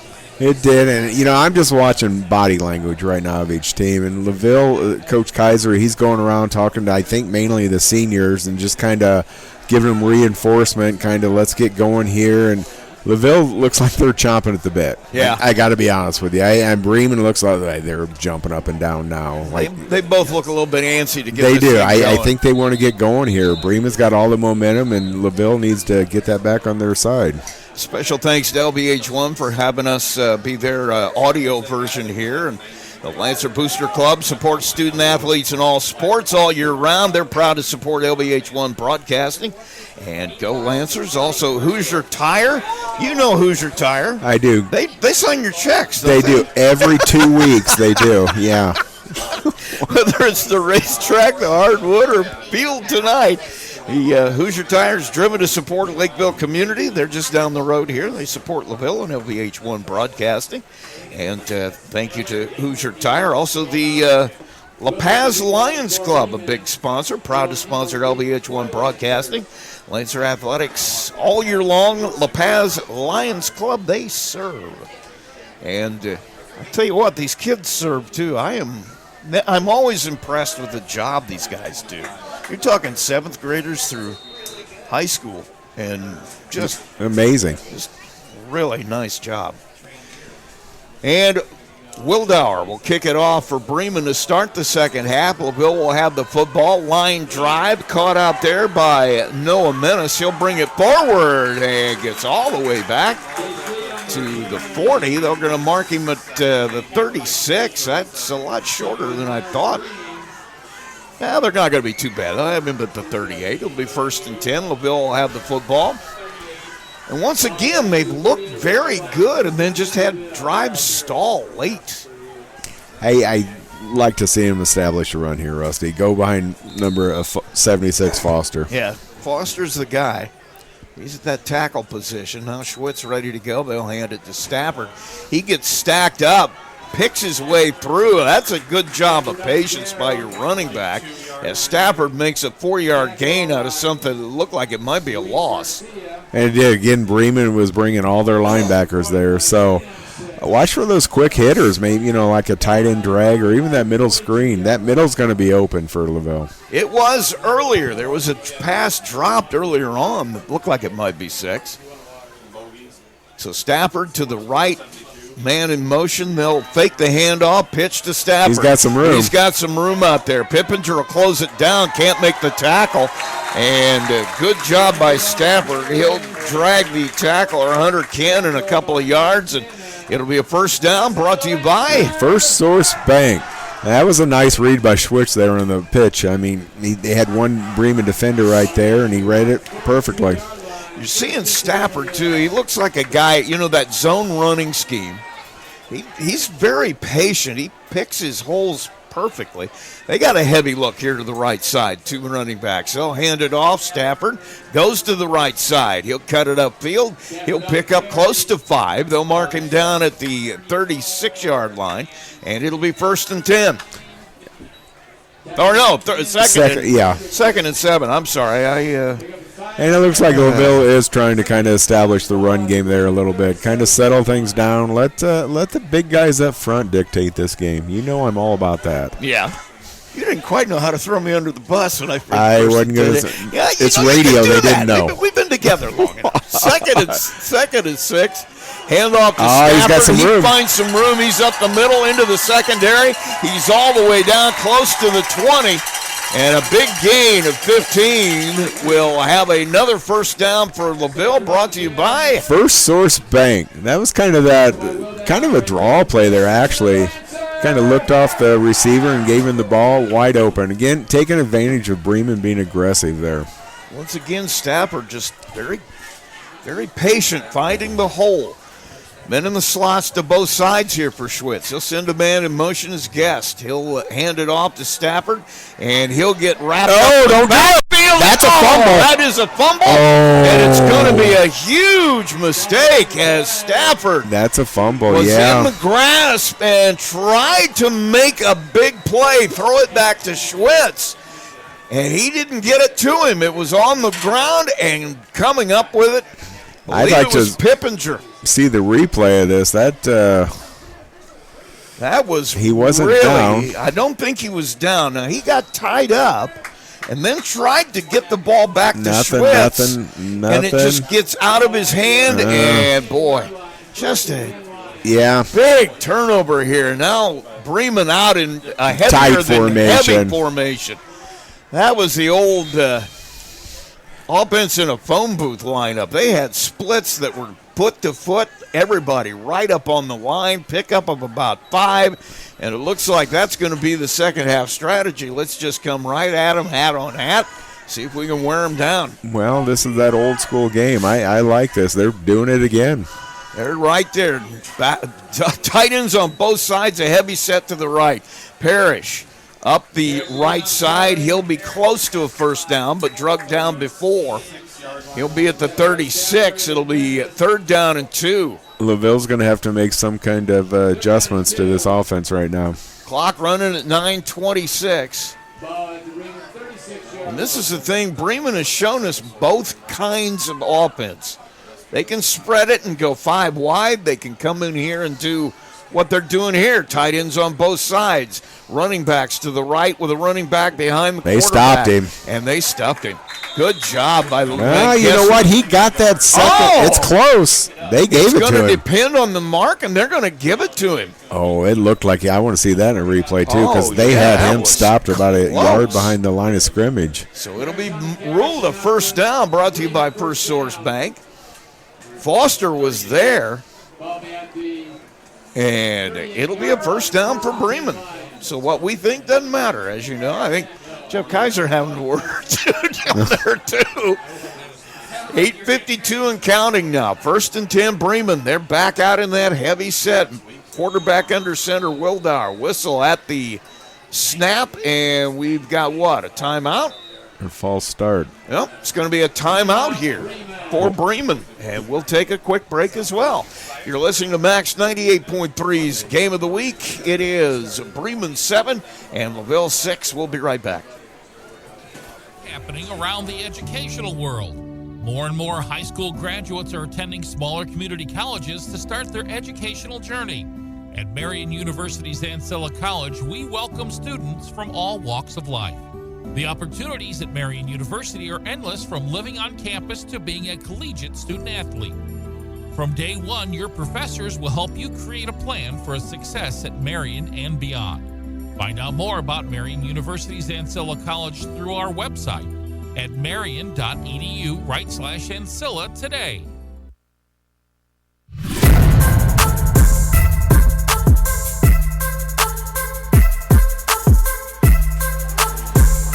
We're back at LaVille High School. I love they're playing the foul. I know. I'm watching that. They got pictures of hamburgers there, Yeah, Rusty, and I'm in. Halloween Fest, that's coming up the 26th, so make sure you get out there. That is a huge event at John Glenn High School. A handoff here on first down. Goes to the right side, and LaVille just stacks it up. A lot of blue and white jerseys at the point of attack. It's going to be good for about a three-yard gain. 2nd and 7. Football at the 41. And Bremen will be happy with that.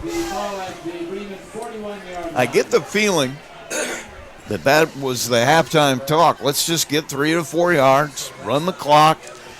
Because I got to be honest, watching LaVille's offense, I really wouldn't be interested in them having the football very often. Snap, roll to the right side. Wildauer looking for somewhere to go, gets it cut off. He's going to run it, and he is going to get very rudely greeted, and the ball is on the ground, but I think it was after the whistle. And they're going to mark him right back close to the line of scrimmage, a little bit behind it. So it'll be 3rd down, and let's call it 8. And that was that play earlier they had success on with a little wide receiver out with a quarterback rolling to the right. But LaVille had it covered very well. Let's see what the play call is. I got a feeling I know. We'll see which side the heavy set is on, and we're going to go that direction, I have a feeling. Maybe a little misdirection. They're going to take them out. They're going to get some wides out here as they pop out. They're going to roll to the left. Wildauer. He's open. Man, wide open. Man. And just can't fit it in. Oh, boy, he had his receiver out there all by himself. That was Derek Miller, and he just overthrew him, so it's going to be 4th and 8. We got a flag in the backfield. Uh-oh. And it's going to be roughing the passer. No. They called it on Bremen. They called it on Bremen, but it was a roughing the passer. Indication. Jeff Kaiser not happy with it. Yeah, he signaled the wrong direction, I think. Yeah, he did. He had to. Because Bremen's walking up. Now, this is going to be a big one. This is a big mistake. And it's going to give Bremen a 1st down, brought to you by First Source Bank. And here we're watching the replay because I got to be honest with you, I was watching the ball. Boy, that's a tough call. If you're watching LVH1, we'll let you make up your own mind. It's a tough call. Yeah, it was a tough call. 1st and 10. Once again, they got everybody on the right side. Guess where they run? Right up the middle. Parrish will get about 3 or 4. And the clock will continue to run. That's the big thing. 6:50 to play here in the 3rd. Old school football. This is the game you wanted, Rusty. This is exactly what I wanted. And the score, 7-6, both teams. And the game I wanted because quarterback's under center. Yeah, I know. Like You're having a heyday here. Quarterback under center again is Wildauer. He'll take the snap. He'll hand it off. That's Mosier this time. He'll bowl his way forward off that right side.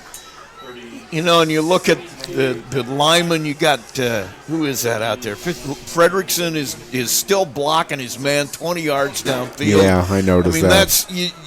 That's exactly the way you teach it as a line coach. Sustain that block all the way down. So 3rd and 2 here. Bremen once again, heavy set to the right and right up the middle. What a great play call. Just a quarterback sneak straight ahead for a little more than 2, like about 3, but plenty for a 1st down, brought to you by First Source Bank. LaVille's going to have to put some more players on the line. 7-6 our score. It'll be 1st and 10. Bremen clock will continue to run at 5:53 here in the 3rd. I love this game. I love this game.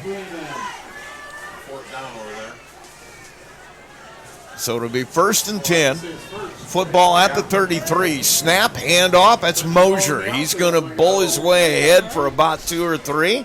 Nice little jump cut there. Knocked down at about the 30. They'll put it down at the 31, just outside the 30-yard line. And it'll be 2nd down now, and we'll call it 7. Again, 3 yards on a first down play. That's exactly what Bremen wants. Out of the huddle, heavy to the right side again. They got 2 extra linemen over there behind the front line. Parrish will get a yard or 2. And they're going to be comfortable with this all night long. They're going to run clock. Clock will continue to run at 4:53. They pick up a couple, so it's 3rd and 5. Football at the 28-yard line. LaVille's got a chance here, though. They're bringing Foster back in. They're probably trying to give him a little bit of rest right now because it is warm out here. It is warm. They're going both ways. He's playing both sides, and I tell you what, he's playing tackle and linebacker. He's getting hit on every single play. Bremen will move it to the left, the heavy set. Parrish will run behind him, spinning, trying to find somewhere to go. He'll get down to the 25. It's going to be shy of a first down. It'll be 4th down and 2. Nice play by Miller right there to stand him up because it looked like he was going to wiggle free to get that first down. Huge. This is the play of the game. This right now it so is. far, You're this exactly is the play right. of the game. You're exactly right. They'll come out, heavy set, right straight ahead. Will Dower, and he gets wrapped up before he can get back. He didn't get it. I don't think he got it. They're going to mark him down shy, and he will be. He'll be about a half a yard shy, and so a huge stop. And coming out of the bottom there, a little gimpy. It's one of the linebackers. I think that's your tight end as well. That is Menace. So he comes out of the bottom of that pile. A lot of bodies in there, and they stop the Bremen drive. And with 3:55 to play in the third, they'll have the football back. I'm going to say so far that's the play of the game. Menace stopping that 4th and 1. Got to agree with you. That's got to be the play of the game. Depending on how it turns out. Snap. So far, yep. Handoff straight ahead. That is Guest. He is down to the 30. It'll be 2nd down and 5. Over to the sideline. Switz getting the play call from offensive coordinator over here. He'll come back to the huddle with it. See what they come up with. 2nd down and 5. Clock continuing to run at 3:24. It's 7-6 Bremen. Wideouts to both sides. Running back to the left. Snap, handoff. No, he'll keep it. Schwitz into the secondary. He'll roll over the top of the safety out there and get drugged to the turf, but not before he has a nice gain of about 12, and it'll be 1st down for LaVille, brought to you by First Source Bank, and they're running tempo. They're going to come after him. Schwitz ready to go. He'll get the snap. He'll hand it off this time. That's Guest. And he'll get drugged to the turf in the backfield. Great play up the front is Dakota Hickey, who makes the tackle in the backfield. Boy, he is a load out there. Also, Fredrickson out there. He is a big boy. That front has really played well. 235. Loss of a little more than a yard. 2nd and 12. Schwitz with the snap. He'll hand it off again. And another good play. That one by Pippinger coming up from the linebacker spot. Gain of a couple. It'll be 2nd down and just a little bit, or 3rd down, and just a little bit less than 10. Well, they're trying to run to the right side mainly over Foster. Big down. I think you got 2 downs to get this, though. I think they're in 4-down territory the way this game's being played. Under 2 minutes now in the third period. Yeah, you're not going to get that many possessions, it doesn't look like. Bremen's going to try to keep you from getting the ball back very much. Back to throw. Schwitz. Oh, He's flushed man, out of the pocket. what a play. A huge play. And guess who's there? Fredrickson makes a huge play on the sack, loss of about 10. It's going to be 4th and 20, all the way back at the 34, and LaVille will have to punt this one away. You know, Fredrickson being a senior, the last time they potentially play LaVille, he doesn't want to lose to him. What a big play. He just found a hole. He made a big play. So now back to receive, Will Dower. Snap is good. Kick is away. Low line drive. That's a nice punt. Yeah, it'll hit at the 47, take a nice roll all the way down to the 23. And Bremen will have it 1st and 10, minute 5 to play here in the third. It was about a 40-yard, 3-yard punt. It flipped the field for LaVille, so that was a really important thing. Again, Bremen, I think they're going to stay with what they're doing, just kind of establish the run and eat some clock. They don't have to score another point. Once again, old-time football. Both these coaches will just keep going back to something until you stop it. But again, I mean, they may try to fake here up the middle or something like that and test the edge. Maybe a little misdirection, something like that. But I've got to believe they're going to come out in that heavy set again, and they will. And it's to the right side where it has been most of the night. Wildauer under center takes a snap. Parrish finds his way into the secondary, and a big gain. 20 yards on 1st down by... That was a touchdown-saving tackle by Dylan Miller there. I mean, there was nobody behind him. But Parrish with a huge gain just found his way through there. Clock under a minute now, 50 seconds. 1st and 10 brought to you by First Source Bank. Parrish on the right side. He'll get knocked down after a gain of a couple. And it'll be 2nd down and 7. Kind of surprised they ran tempo with that, because they could have, if they would have waited a little bit, they wouldn't had to run another play before the half, but now they're going to have to. 34 seconds, an official's timeout here. I think we had a cramp. Had a player on the field. And, boy, that's loss. Foster. That's going to be Foster. He's going to have to come over and stretch out a little bit here. Pretty sure that was just a cramp. You know, he's never left the field tonight, and it has been warm all day, and conditioning is going to come into play. He'll come to the side. He'll get some hydration. And coming on as guest to take his place. 2nd down, snap, handoff this time. It goes to, I think that was Mosier. And he'll get bottled up after no gain, so it'll be 3rd and 8. That should take you into the 4th quarter.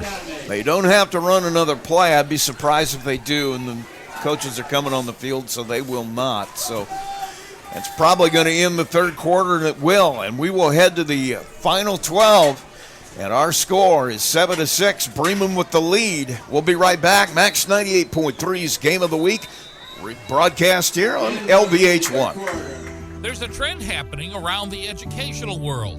More and more high school graduates are attending smaller community colleges to start their educational journey. At Marian University's Ancilla College, we welcome students from all walks of life.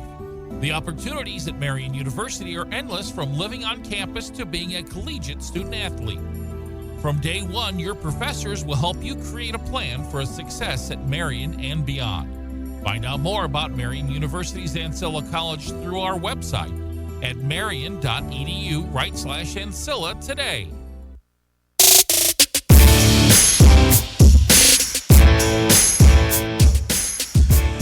Back at LaVille High School, we'll give a shout out here to this time last year, both Max 98.3 and LBH1 lost key members. Here with us, it was Tony Ross, and untimely passing, totally unexpected. Well, with LBH1 1 year ago this very weekend, the LaVille community lost Ray Wenger. He's a longtime math teacher here on campus and was one of the broadcast voices of LBH1, especially during those basketball seasons. He's a longtime supporter of student athletes, and Wenger passed away on September 14th of 2024. Gone but not forgotten. Thank you for everything, Mr. Wenger.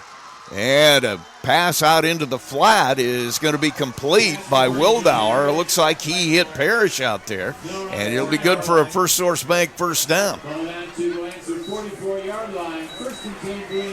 Will ball be at the 24, 1st and 10? I think you're going to see him go back. I think that was done to loosen it up, yeah. They're going to go back to that heavy set to the right. Snap, handoff, they go to the right. And that's bottled up after a yard or two gain. And honestly, that's Parrish again. If I'm Justin Begonia, I'm thinking the way my defense has played all year long, I'm happy just keeping the ball out of LaVille's hands right now.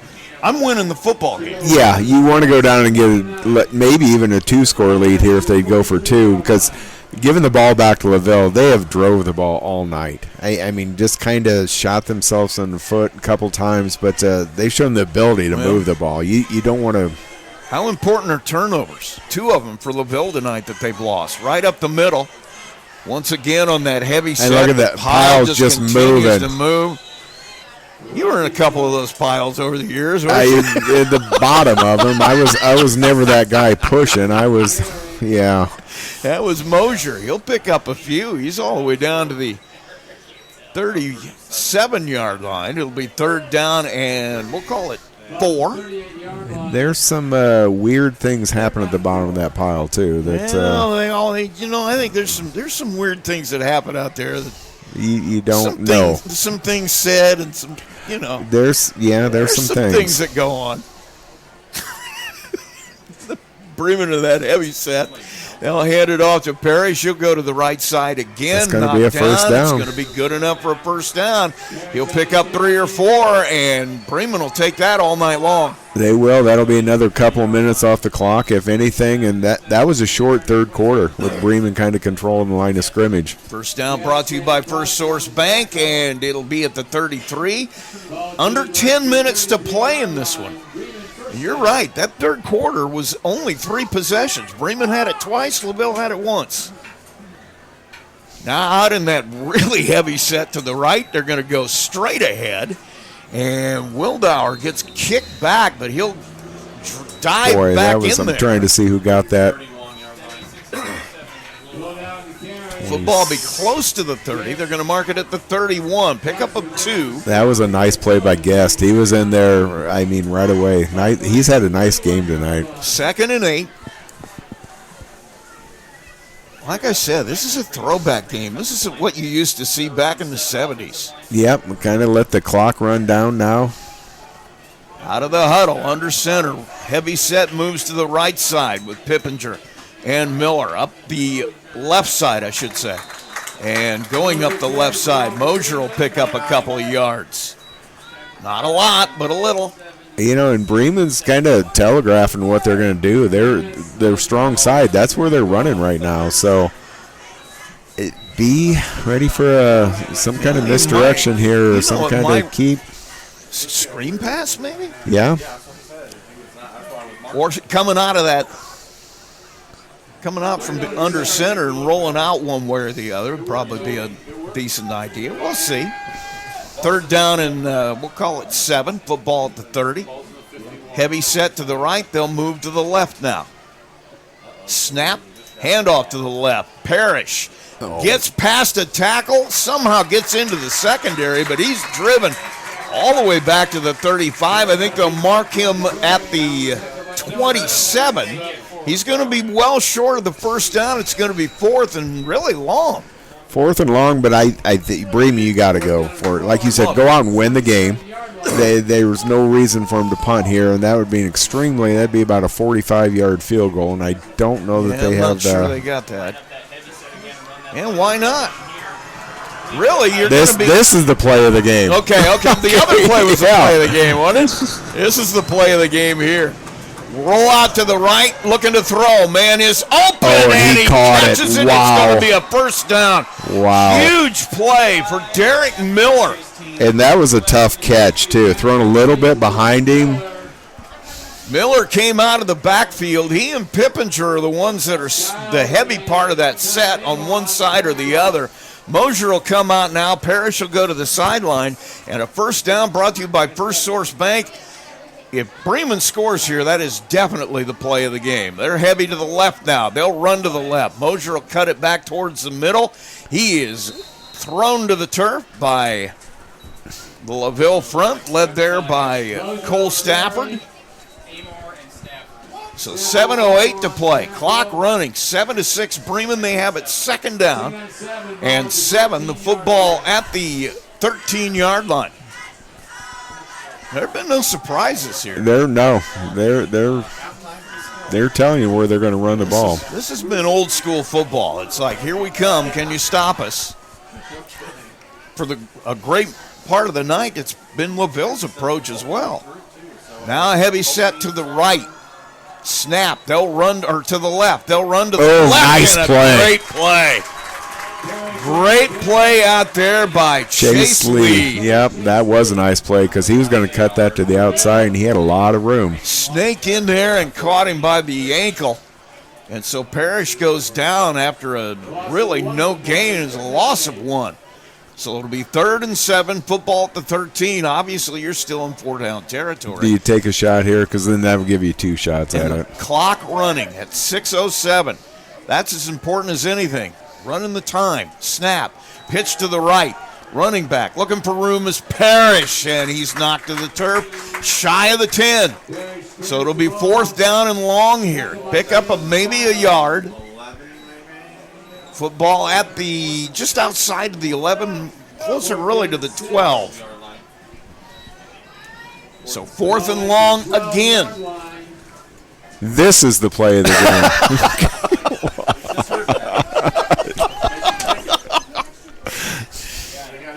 We've got this all recorded, so we can go back and we can play this over and over again. Big stop here for LaVille. Stop here makes all the difference. Now they're going to spread it out. Wildauer will come from the shotgun. Parrish next to him to the right. They're going to throw to the left. Got a man open. He's not going to make it. He's not even close. And he could have ran that ball. Boy, I'll tell you what. The pass was complete to Dakota Hickey, but he was not even anywhere near the sticks. And so it'll be 1st and 10, LaVille. That stop, if LaVille can come back here and score, I'm going to vote for as the play of the game. I would agree with that, too. Bremen quarterback, he had some room to run there. Kind of surprised he just didn't tuck it and go. Even looking at it in replay, he had some room. Huge play out there by the quarterback for LaVille. Braden Schwitz making the play. He'll get the snap here. Running back to his left. Man in motion. Snap. Back to throw.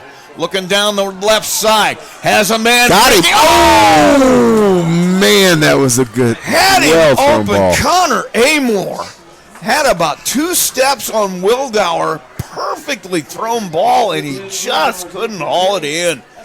That's the 3rd time tonight. I cannot believe the tight window Schwitz has been able to throw the ball into. He has thrown a good deep ball.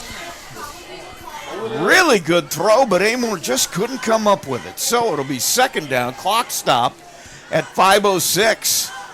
And that was the right side of the hash mark to the left side of the field. That was a long throw. That a long way. All the way down here to about the 40. They're going to have to call timeout. And that's exactly what they're going to do. So LaVille will take a timeout here and talk it over as Schwitz was on the sideline talking it over with his offense coordinator, and they're going to talk about it a little more, so we'll take a quick break as well. You're listening to Max 98.3's Game of the Week, 5:06 to play in this one. Bremen with a 7-6 lead over LaVille.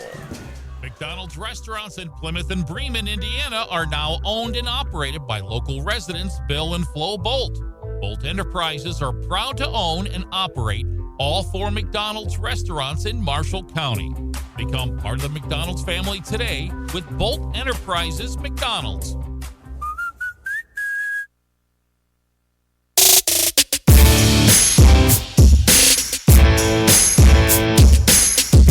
Back at LaVille High School, Rusty Nix and Joe McKee.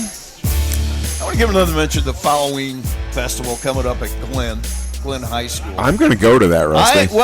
I'm going to go. You're not going to be alone. I think it's the 26th, if I remember, 26th through the 28th, so you need to get over and see them. That's a huge festival. And all that money goes to scholarships for kids at Glenn High School. That's great. I'm looking at those hamburgers they were advertising. So the apple dumplings, I'll get that for dessert. Those that you get there early or you're not going to get them. Wideouts to both sides, men in the slots both ways, and Schwitz steps back. He's going to hit his man. Oh, what a catch on the sideline. Beautiful throw, beautiful catch. That is Menace out there on the edge, and a great catch. Makes a first down, brought to you by First Source Bank, and boy, did LaVille need that. That was an outstanding catch. And I'll tell you what, it was a great throw in the sense that there was nobody going to get that but Menace. There were some people over there, and Menace just makes a great catch. Schwitz gets the play on the sideline, brings it all the way back in. They better get going. They're kind of 4:38. They've got 9 on the play clock. Schwitz has them out of the huddle, running back to his left. He'll take the snap, fakes the handoff, spins around and keeps it. Yep. He's got some room, gets into the secondary. He'll get run out of bounds close to the 30. We'll see where they mark him, but it looks like it's good for another first down. They're going to run him out short. It's going to be 2nd and 2. They're going to mark it at the 27, and LaVille going to go tempo here. And why not? You've only got 4:22. Snap. Back to throw. Schwitz looking to the left side. Has a man out here. Menace trying to run out there and get it, and that one just a little bit out of his reach. Really nothing there. Schwitz a nice job just to keep it where nobody was going to get it. And if anything, that incompletion is going to give LaVille and Bremen a little chance to catch their breath. They've been out there a long time just going at it. You can see a lot of tired bodies out there. Grant Beery was in coverage out here, and he was in good coverage. And Schwitz is running to the sideline every play, so that's an extra 30, 40 yards he's running every play, and that's and he's on the field the whole night. He'll come back out with a play now. Under 10 seconds on the play clock. They'll need to hurry. 4:16 on the game clock. Low snap. Schwitz is able to pick it up. He'll go to the right side, and he is just barely drugged down. It's going to depend on the spot. Well, I think he's going to get a first down, but he may give it to him. Something out of nothing there. That could have been a disaster with that low snap. And they're going to run tempo. First down brought to you by First Source Bank. Schwitz, empty backfield. Trips to the left, snap. Back to throw. Looking to the left. He'll back out of the way, goes to the right now. Directing traffic. Nope. Throws it downfield. Man, just overthrew him by a couple of yards. Amor got some space, and Schwitz just overthrew him a bit. And he could have ran for a big gain there. Schwitz is tired. Hey, I mean, you're just looking at him. He's Well, remember, he's the one that made the tackle on the defensive play over here, too, that gave him the ball back. So 3:52 to play. 7-6 Bremen lead. 2nd down and 10. LaVille with the football. Schwitz comes out of the huddle. He has Guest, the running back, to his left. Wideouts to both sides. Trips to the right. Man goes in motion is Menace. Snap. Back to throw. Schwitz looking. Flushed out of the pocket. Goes to the right. Couple of flags come in. I think we're going to have a holding call. That's in a bad area for LaVille. Schwitz was flushed out of the pocket. Finally run down and lost a couple. They may take the play rather than the penalty. I was going to say, this is a big decision here for Bremen. It is, because it would be 3rd and 12. If they take the penalty, it's going to be the 15 yards back, we go. And looks like they're going to take it. They're going to push them back. Well, that puts them in a more uncomfortable yardage. At the 20 now. They have to get to the 40 for a first down. I don't know. I'd have been tempted to take the play and take them to 3rd down. 3rd down and 12 or 2nd down and 20. That's They took 2nd down and 20. You're betting on keeping them less than 8 yards this play then. So Schwitz has trips to the right, 2 receivers to the left, 5 wide. Snap. Back to throw. Looking to the right side. Has a man out here, and I don't think he was able to grab it. Just a little shy. And that was Menace out here, the tight end. Couldn't bring it in, so it's incomplete. Clock will stop at 3:36. It's 3rd and long. You got 2 plays to get it. You don't try to get it all in one chunk. Get half of it. Make it manageable for your 4th down. Schwitz over here on the sideline getting the play. A little gamesmanship going on. Parrish was over there seeing if he could listen in and see what well, why not? In. Yeah.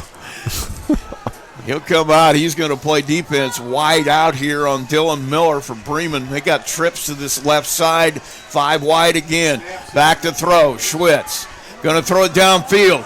And it's up in the air, going to be intercepted. And Wildauer, great job of playing center field. He'll intercept it at midfield, and it'll be first down Bremen.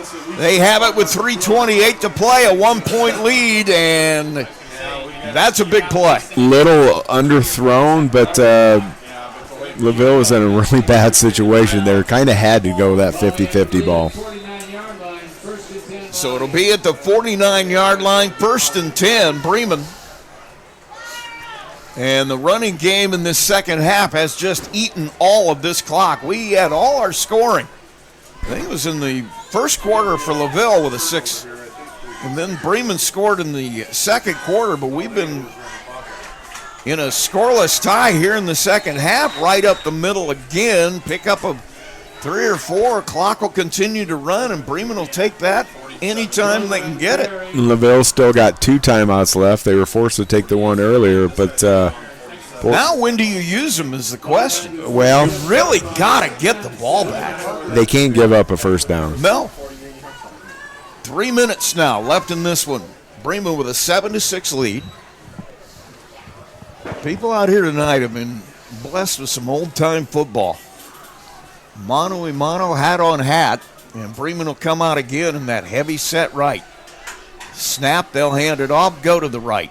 Stacked up, maybe a yard gain. They'll mark him down at the 45. It'll be 3rd down. They're going to take one of their timeouts now. I was going to say, more importantly, the clock continues to run, but it will stop now as LaVille will take a timeout. We will take a short break as well. When we come back, we'll have 2:37 to play, a 7-6 Bremen lead over LaVille. You're listening to Max 98.3's Game of the Week. MCF got its start in 2018 with one goal: bring fast, reliable fiber internet to Marshall County. Today, we offer lightning fast speeds, equal upload and download with no contracts and no install fees. Whether you're working from home or streaming all night, Marshall County Fiber keeps you connected. We might be the new kid on the block, but we're growing fast, just like our internet. Visit marshallfiber.com or call 574-223-2191. MCF, making rural connections possible. And we're back. LaVille High School. Rusty Nix and Joe McKee out of the timeout. LaVille, Bremen will have a 3rd down here. They have to get 4 yards for the first. They are on the LaVille side of the 45.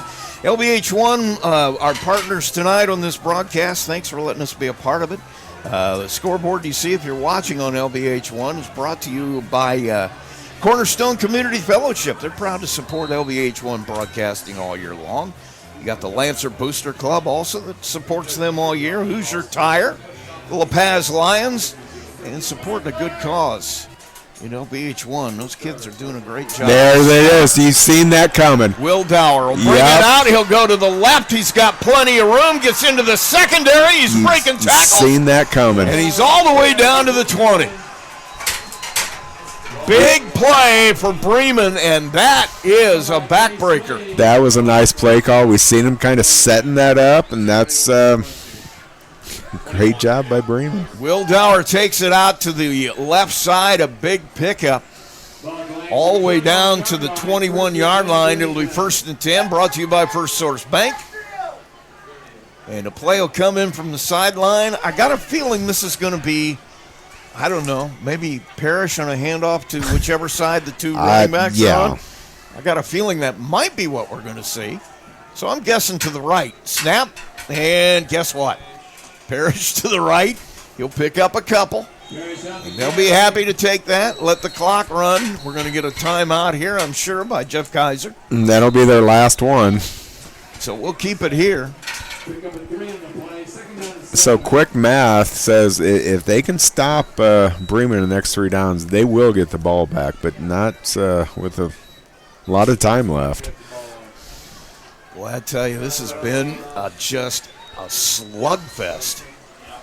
I'm looking at probably about 30 kids on both sides of this field that are going to need an ice bath tomorrow. They put their heart out on both of these teams have just laid it out here. This has been a Very fun game to call, Rusty. Thanks for having me, by the way. This is That's fine. Thank you for coming along. People really get sick of hearing my voice if you weren't here. I learned about Halloween. We have sandwiches here, great atmosphere. I mean, just a great game to call. Good football game.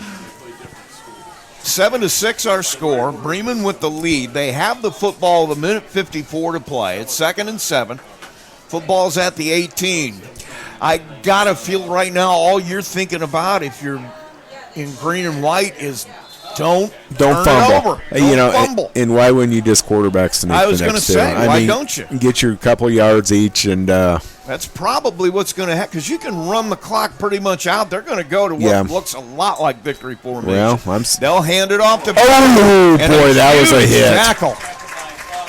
Huge tackle by Foster, and that's sneaking in there and making a huge play. And that's a tackle where the ball's going to get coughed up too. Problem is, it's going to continue to run the clock. 1:37. It's going to be 3rd down and 8.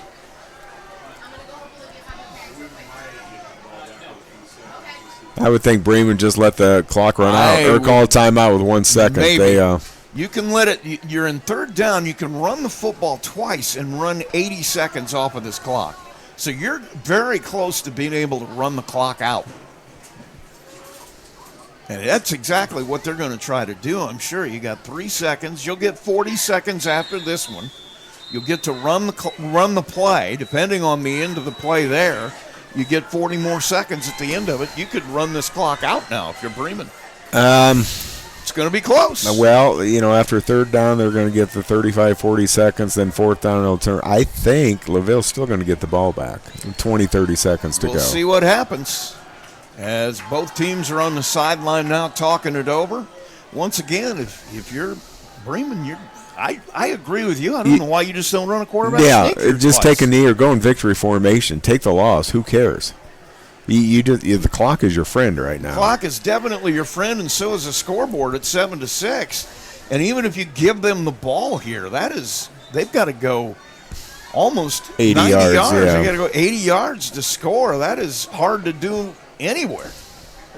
So we'll see what they decide to do as they come over from the sideline. 3rd down, 8 yards to go. Football just inside the 20.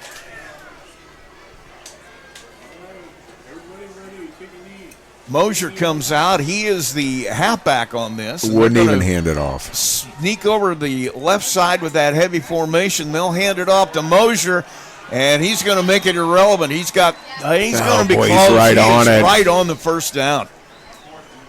It's going to be 4th down and a yard. Mosier just shy of that 1st down that would have definitely ended the game.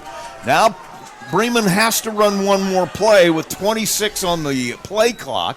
44 on the game clock. If they don't get this 1st down, LaVille can get the football back, but probably will only have about 15 seconds. Plays. Yeah, they'll be able to take a shot. They'll call timeout here again. They'll let it run down. 8 seconds now on the play clock. They're just going to wait for it to go all the way down. They'll call timeout with 1 second left on there, and they do. Bremen will take that timeout. They'll come over to the sideline, and I don't know why you hand the ball off or anything here. I don't know why they didn't. Let him go to a knee. Yeah, well, just do a quarterback sneak. You got a good chance of getting that 1 yard. I mean, let the guys up front. Let the guys up front win the game for you. You're right. They've kind of been the MVP the second half, the line of Bremen. I mean, offense and defense. So let them win the game. I don't disagree with you there because that becomes a coaching moment as much as anything to say, hey, go ahead, guys. Yep. We believe in you. So we'll see what they decide to do. It'll be 4th and 1 when they come off the sideline. If Bremen does not get this 1st down, LaVille will get the ball back with a few seconds left on the clock. It's 20 seconds to go. And we're ready to start. Play clock starts at 23 seconds, ticking down now. 20 seconds on the game clock. I don't know why you're sending a guy in from the sideline. Because they only had 10 guys on the field. So he's coming out. And up in that tight formation again, they're going to do just what you said, quarterback sneak, and he's got it.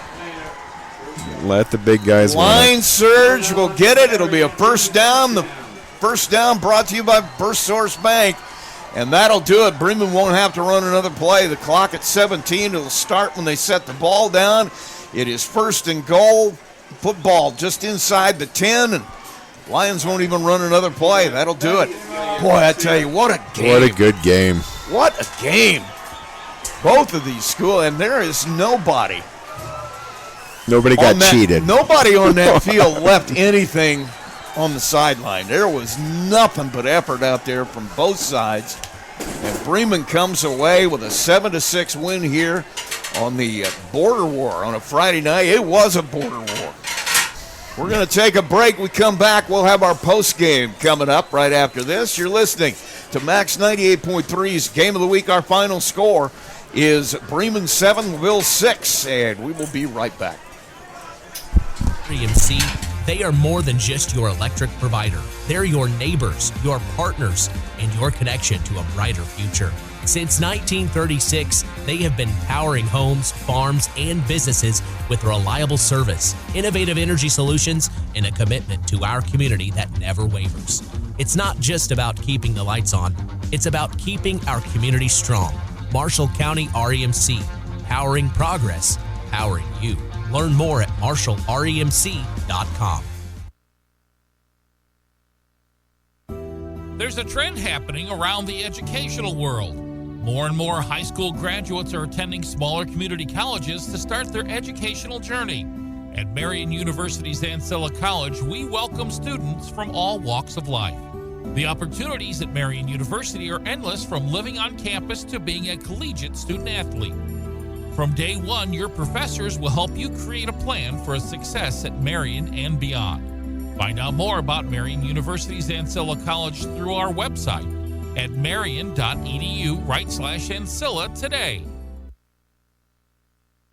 McDonald's restaurants in Plymouth and Bremen, Indiana are now owned and operated by local residents Bill and Flo Bolt.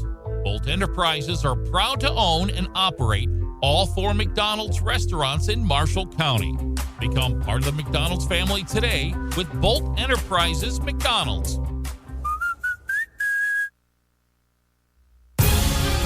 Time now for the post-game, brought to you by McDonald's. In our McDonald's post-game show, I'll tell you what a football game. Yeah. What a football game. The outcome up in the air to the very end. Last play almost. Came down to a 4th and 1. Bremen got the ball, or got the first down. And just so many big plays by so many big people. I mean, you know, and I know some of the people up here were laughing a little bit because it seemed like every third down or fourth down play in a couple of drives, that was kind of the play of the game. Play of the game, yeah. You know, there were many opportunities there, and a lot of people making big plays. And Braden Schwitz had a big night. Menace had a big night for him. Scored their touchdown. Just a really great night of football. It was a pleasure to watch this game. Like you said, it was old school. I think this game was won in the trenches by Bremen. I think that was the difference. I know. And their defensive line blocked the extra point, so that's the difference too. So the MVPs go to Bremen's offensive and defensive line. I would have to think so too. They really had a great night tonight, and that really made the difference in the game. We're going to take a break. We come back, we will talk about our play of the game.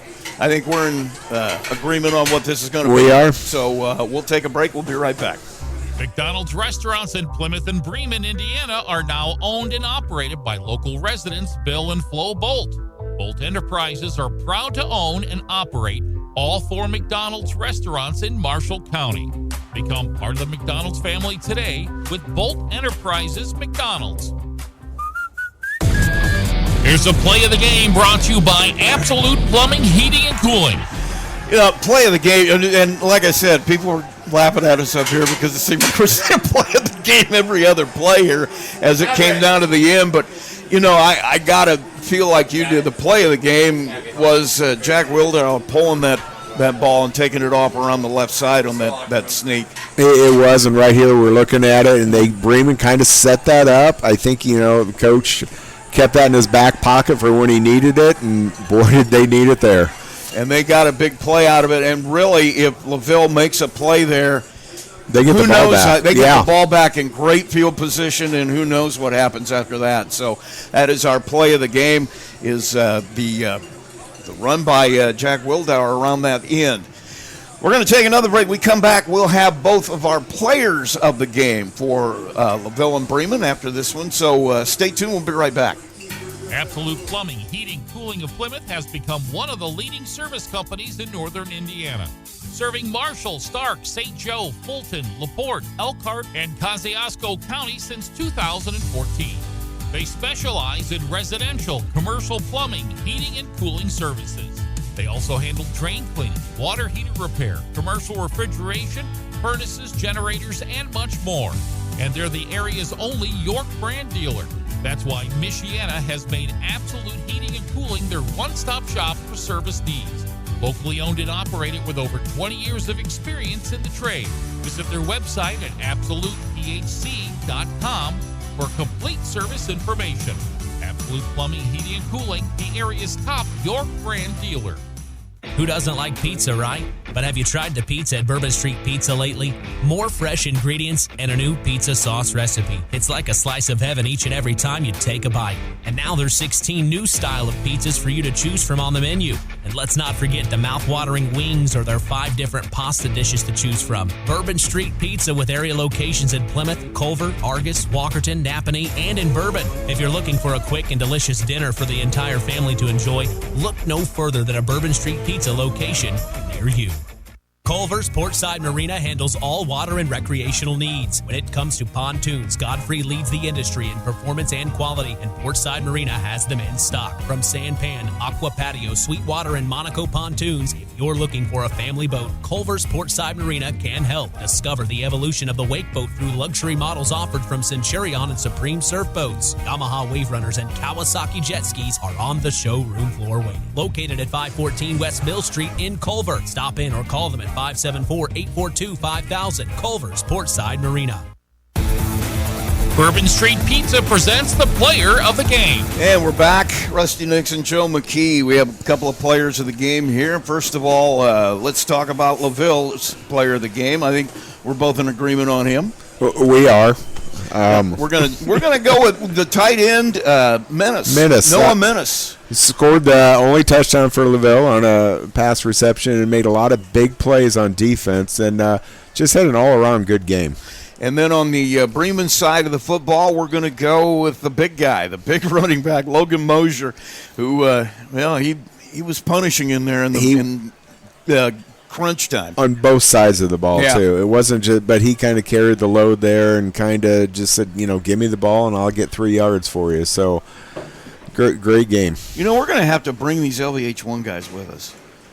You got some stats there. Matt Florian just told me this is the first time in 9 years that Bremen has beaten LaVille, going back to 2019. So I didn't know that. Well, that surprises me, actually, the way both these teams go at each other. It does me, too, but now that kind of explains the celebration that Bremen's doing, because they were dumping water on the coach, and, they were taking pictures in front of the scoreboard, and this means so much to the community of Bremen. And and the other way around, it means a lot to LaVille when it goes the other way, and these two teams have both had really solid teams and seasons the past decade. Yeah, and Bremen doesn't want to leave the field. No. You're just looking at it, it's kind of like we are Marshall. They just want to stay out on the field right now.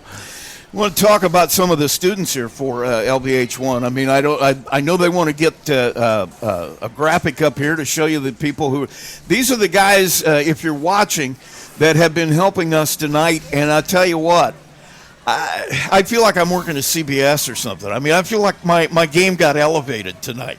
So this is the year they're going to graduate? Yeah. Can you believe that, how young these guys are? So Mr. Finch is graduating 31. That's what it says. So I can't even do that. What is that, like 7th grade or something? Yeah, they have guys all the way down to 7th grade that are goodness. working on this show. But if you get a chance to watch, tune in. They are part of the IHSA Champions Network. And they do this every week, and, boy, they are good at it. We really enjoy being a part of it, and thank you for letting us be a part of it. You guys really do an excellent job. So thank you to Matt and all your guys on the LBH1 crew. That's going to do it for us. I don't know if I'm talking to you anymore after Monday night. I'm sorry. Well, yeah, because I'm just glad you didn't wear purple tonight. No, I don't like to gloat. Yeah, sure you don't. Yeah, but sure you don't. Yeah, go Vikings. Anyway, our final here from LaVille, 7-6. Bremen takes a win. Don't forget, tomorrow we'll talk to all the area football coaches on his Saturday morning coaches show. Starts at 7. We will talk to our Tony the Boss Ross Player of the Week. Jaden Overmeyer from Triton will join us for a segment. And then also our game of the week next week. We are back at Triton. We will have Triton against Winnemac. That will be a 6:30 pregame start. Our kickoff at 7. So join us for that. And, don't forget, Thursday Night Lights. We talked to all the area football coaches on Thursday night about their Friday night matchups. So thanks for listening, and have yourselves a great evening. We'll talk to you tomorrow morning. Tonight's game brought to you by Coca-Cola, Hoosier Tire, Marion's University Ancilla College, First Federal Bank, Big Coffee, McDonald's, Absolute Plumbing, Heating and Cooling, Bourbon Street Pizza, Culver Portside Marina, Marshall County REMC, the Pilot News Group, Marshall County Fiber, Johnson Danielson Funeral Home. Don't forget to visit us online at sportsthemax.net, on Facebook, and on the web.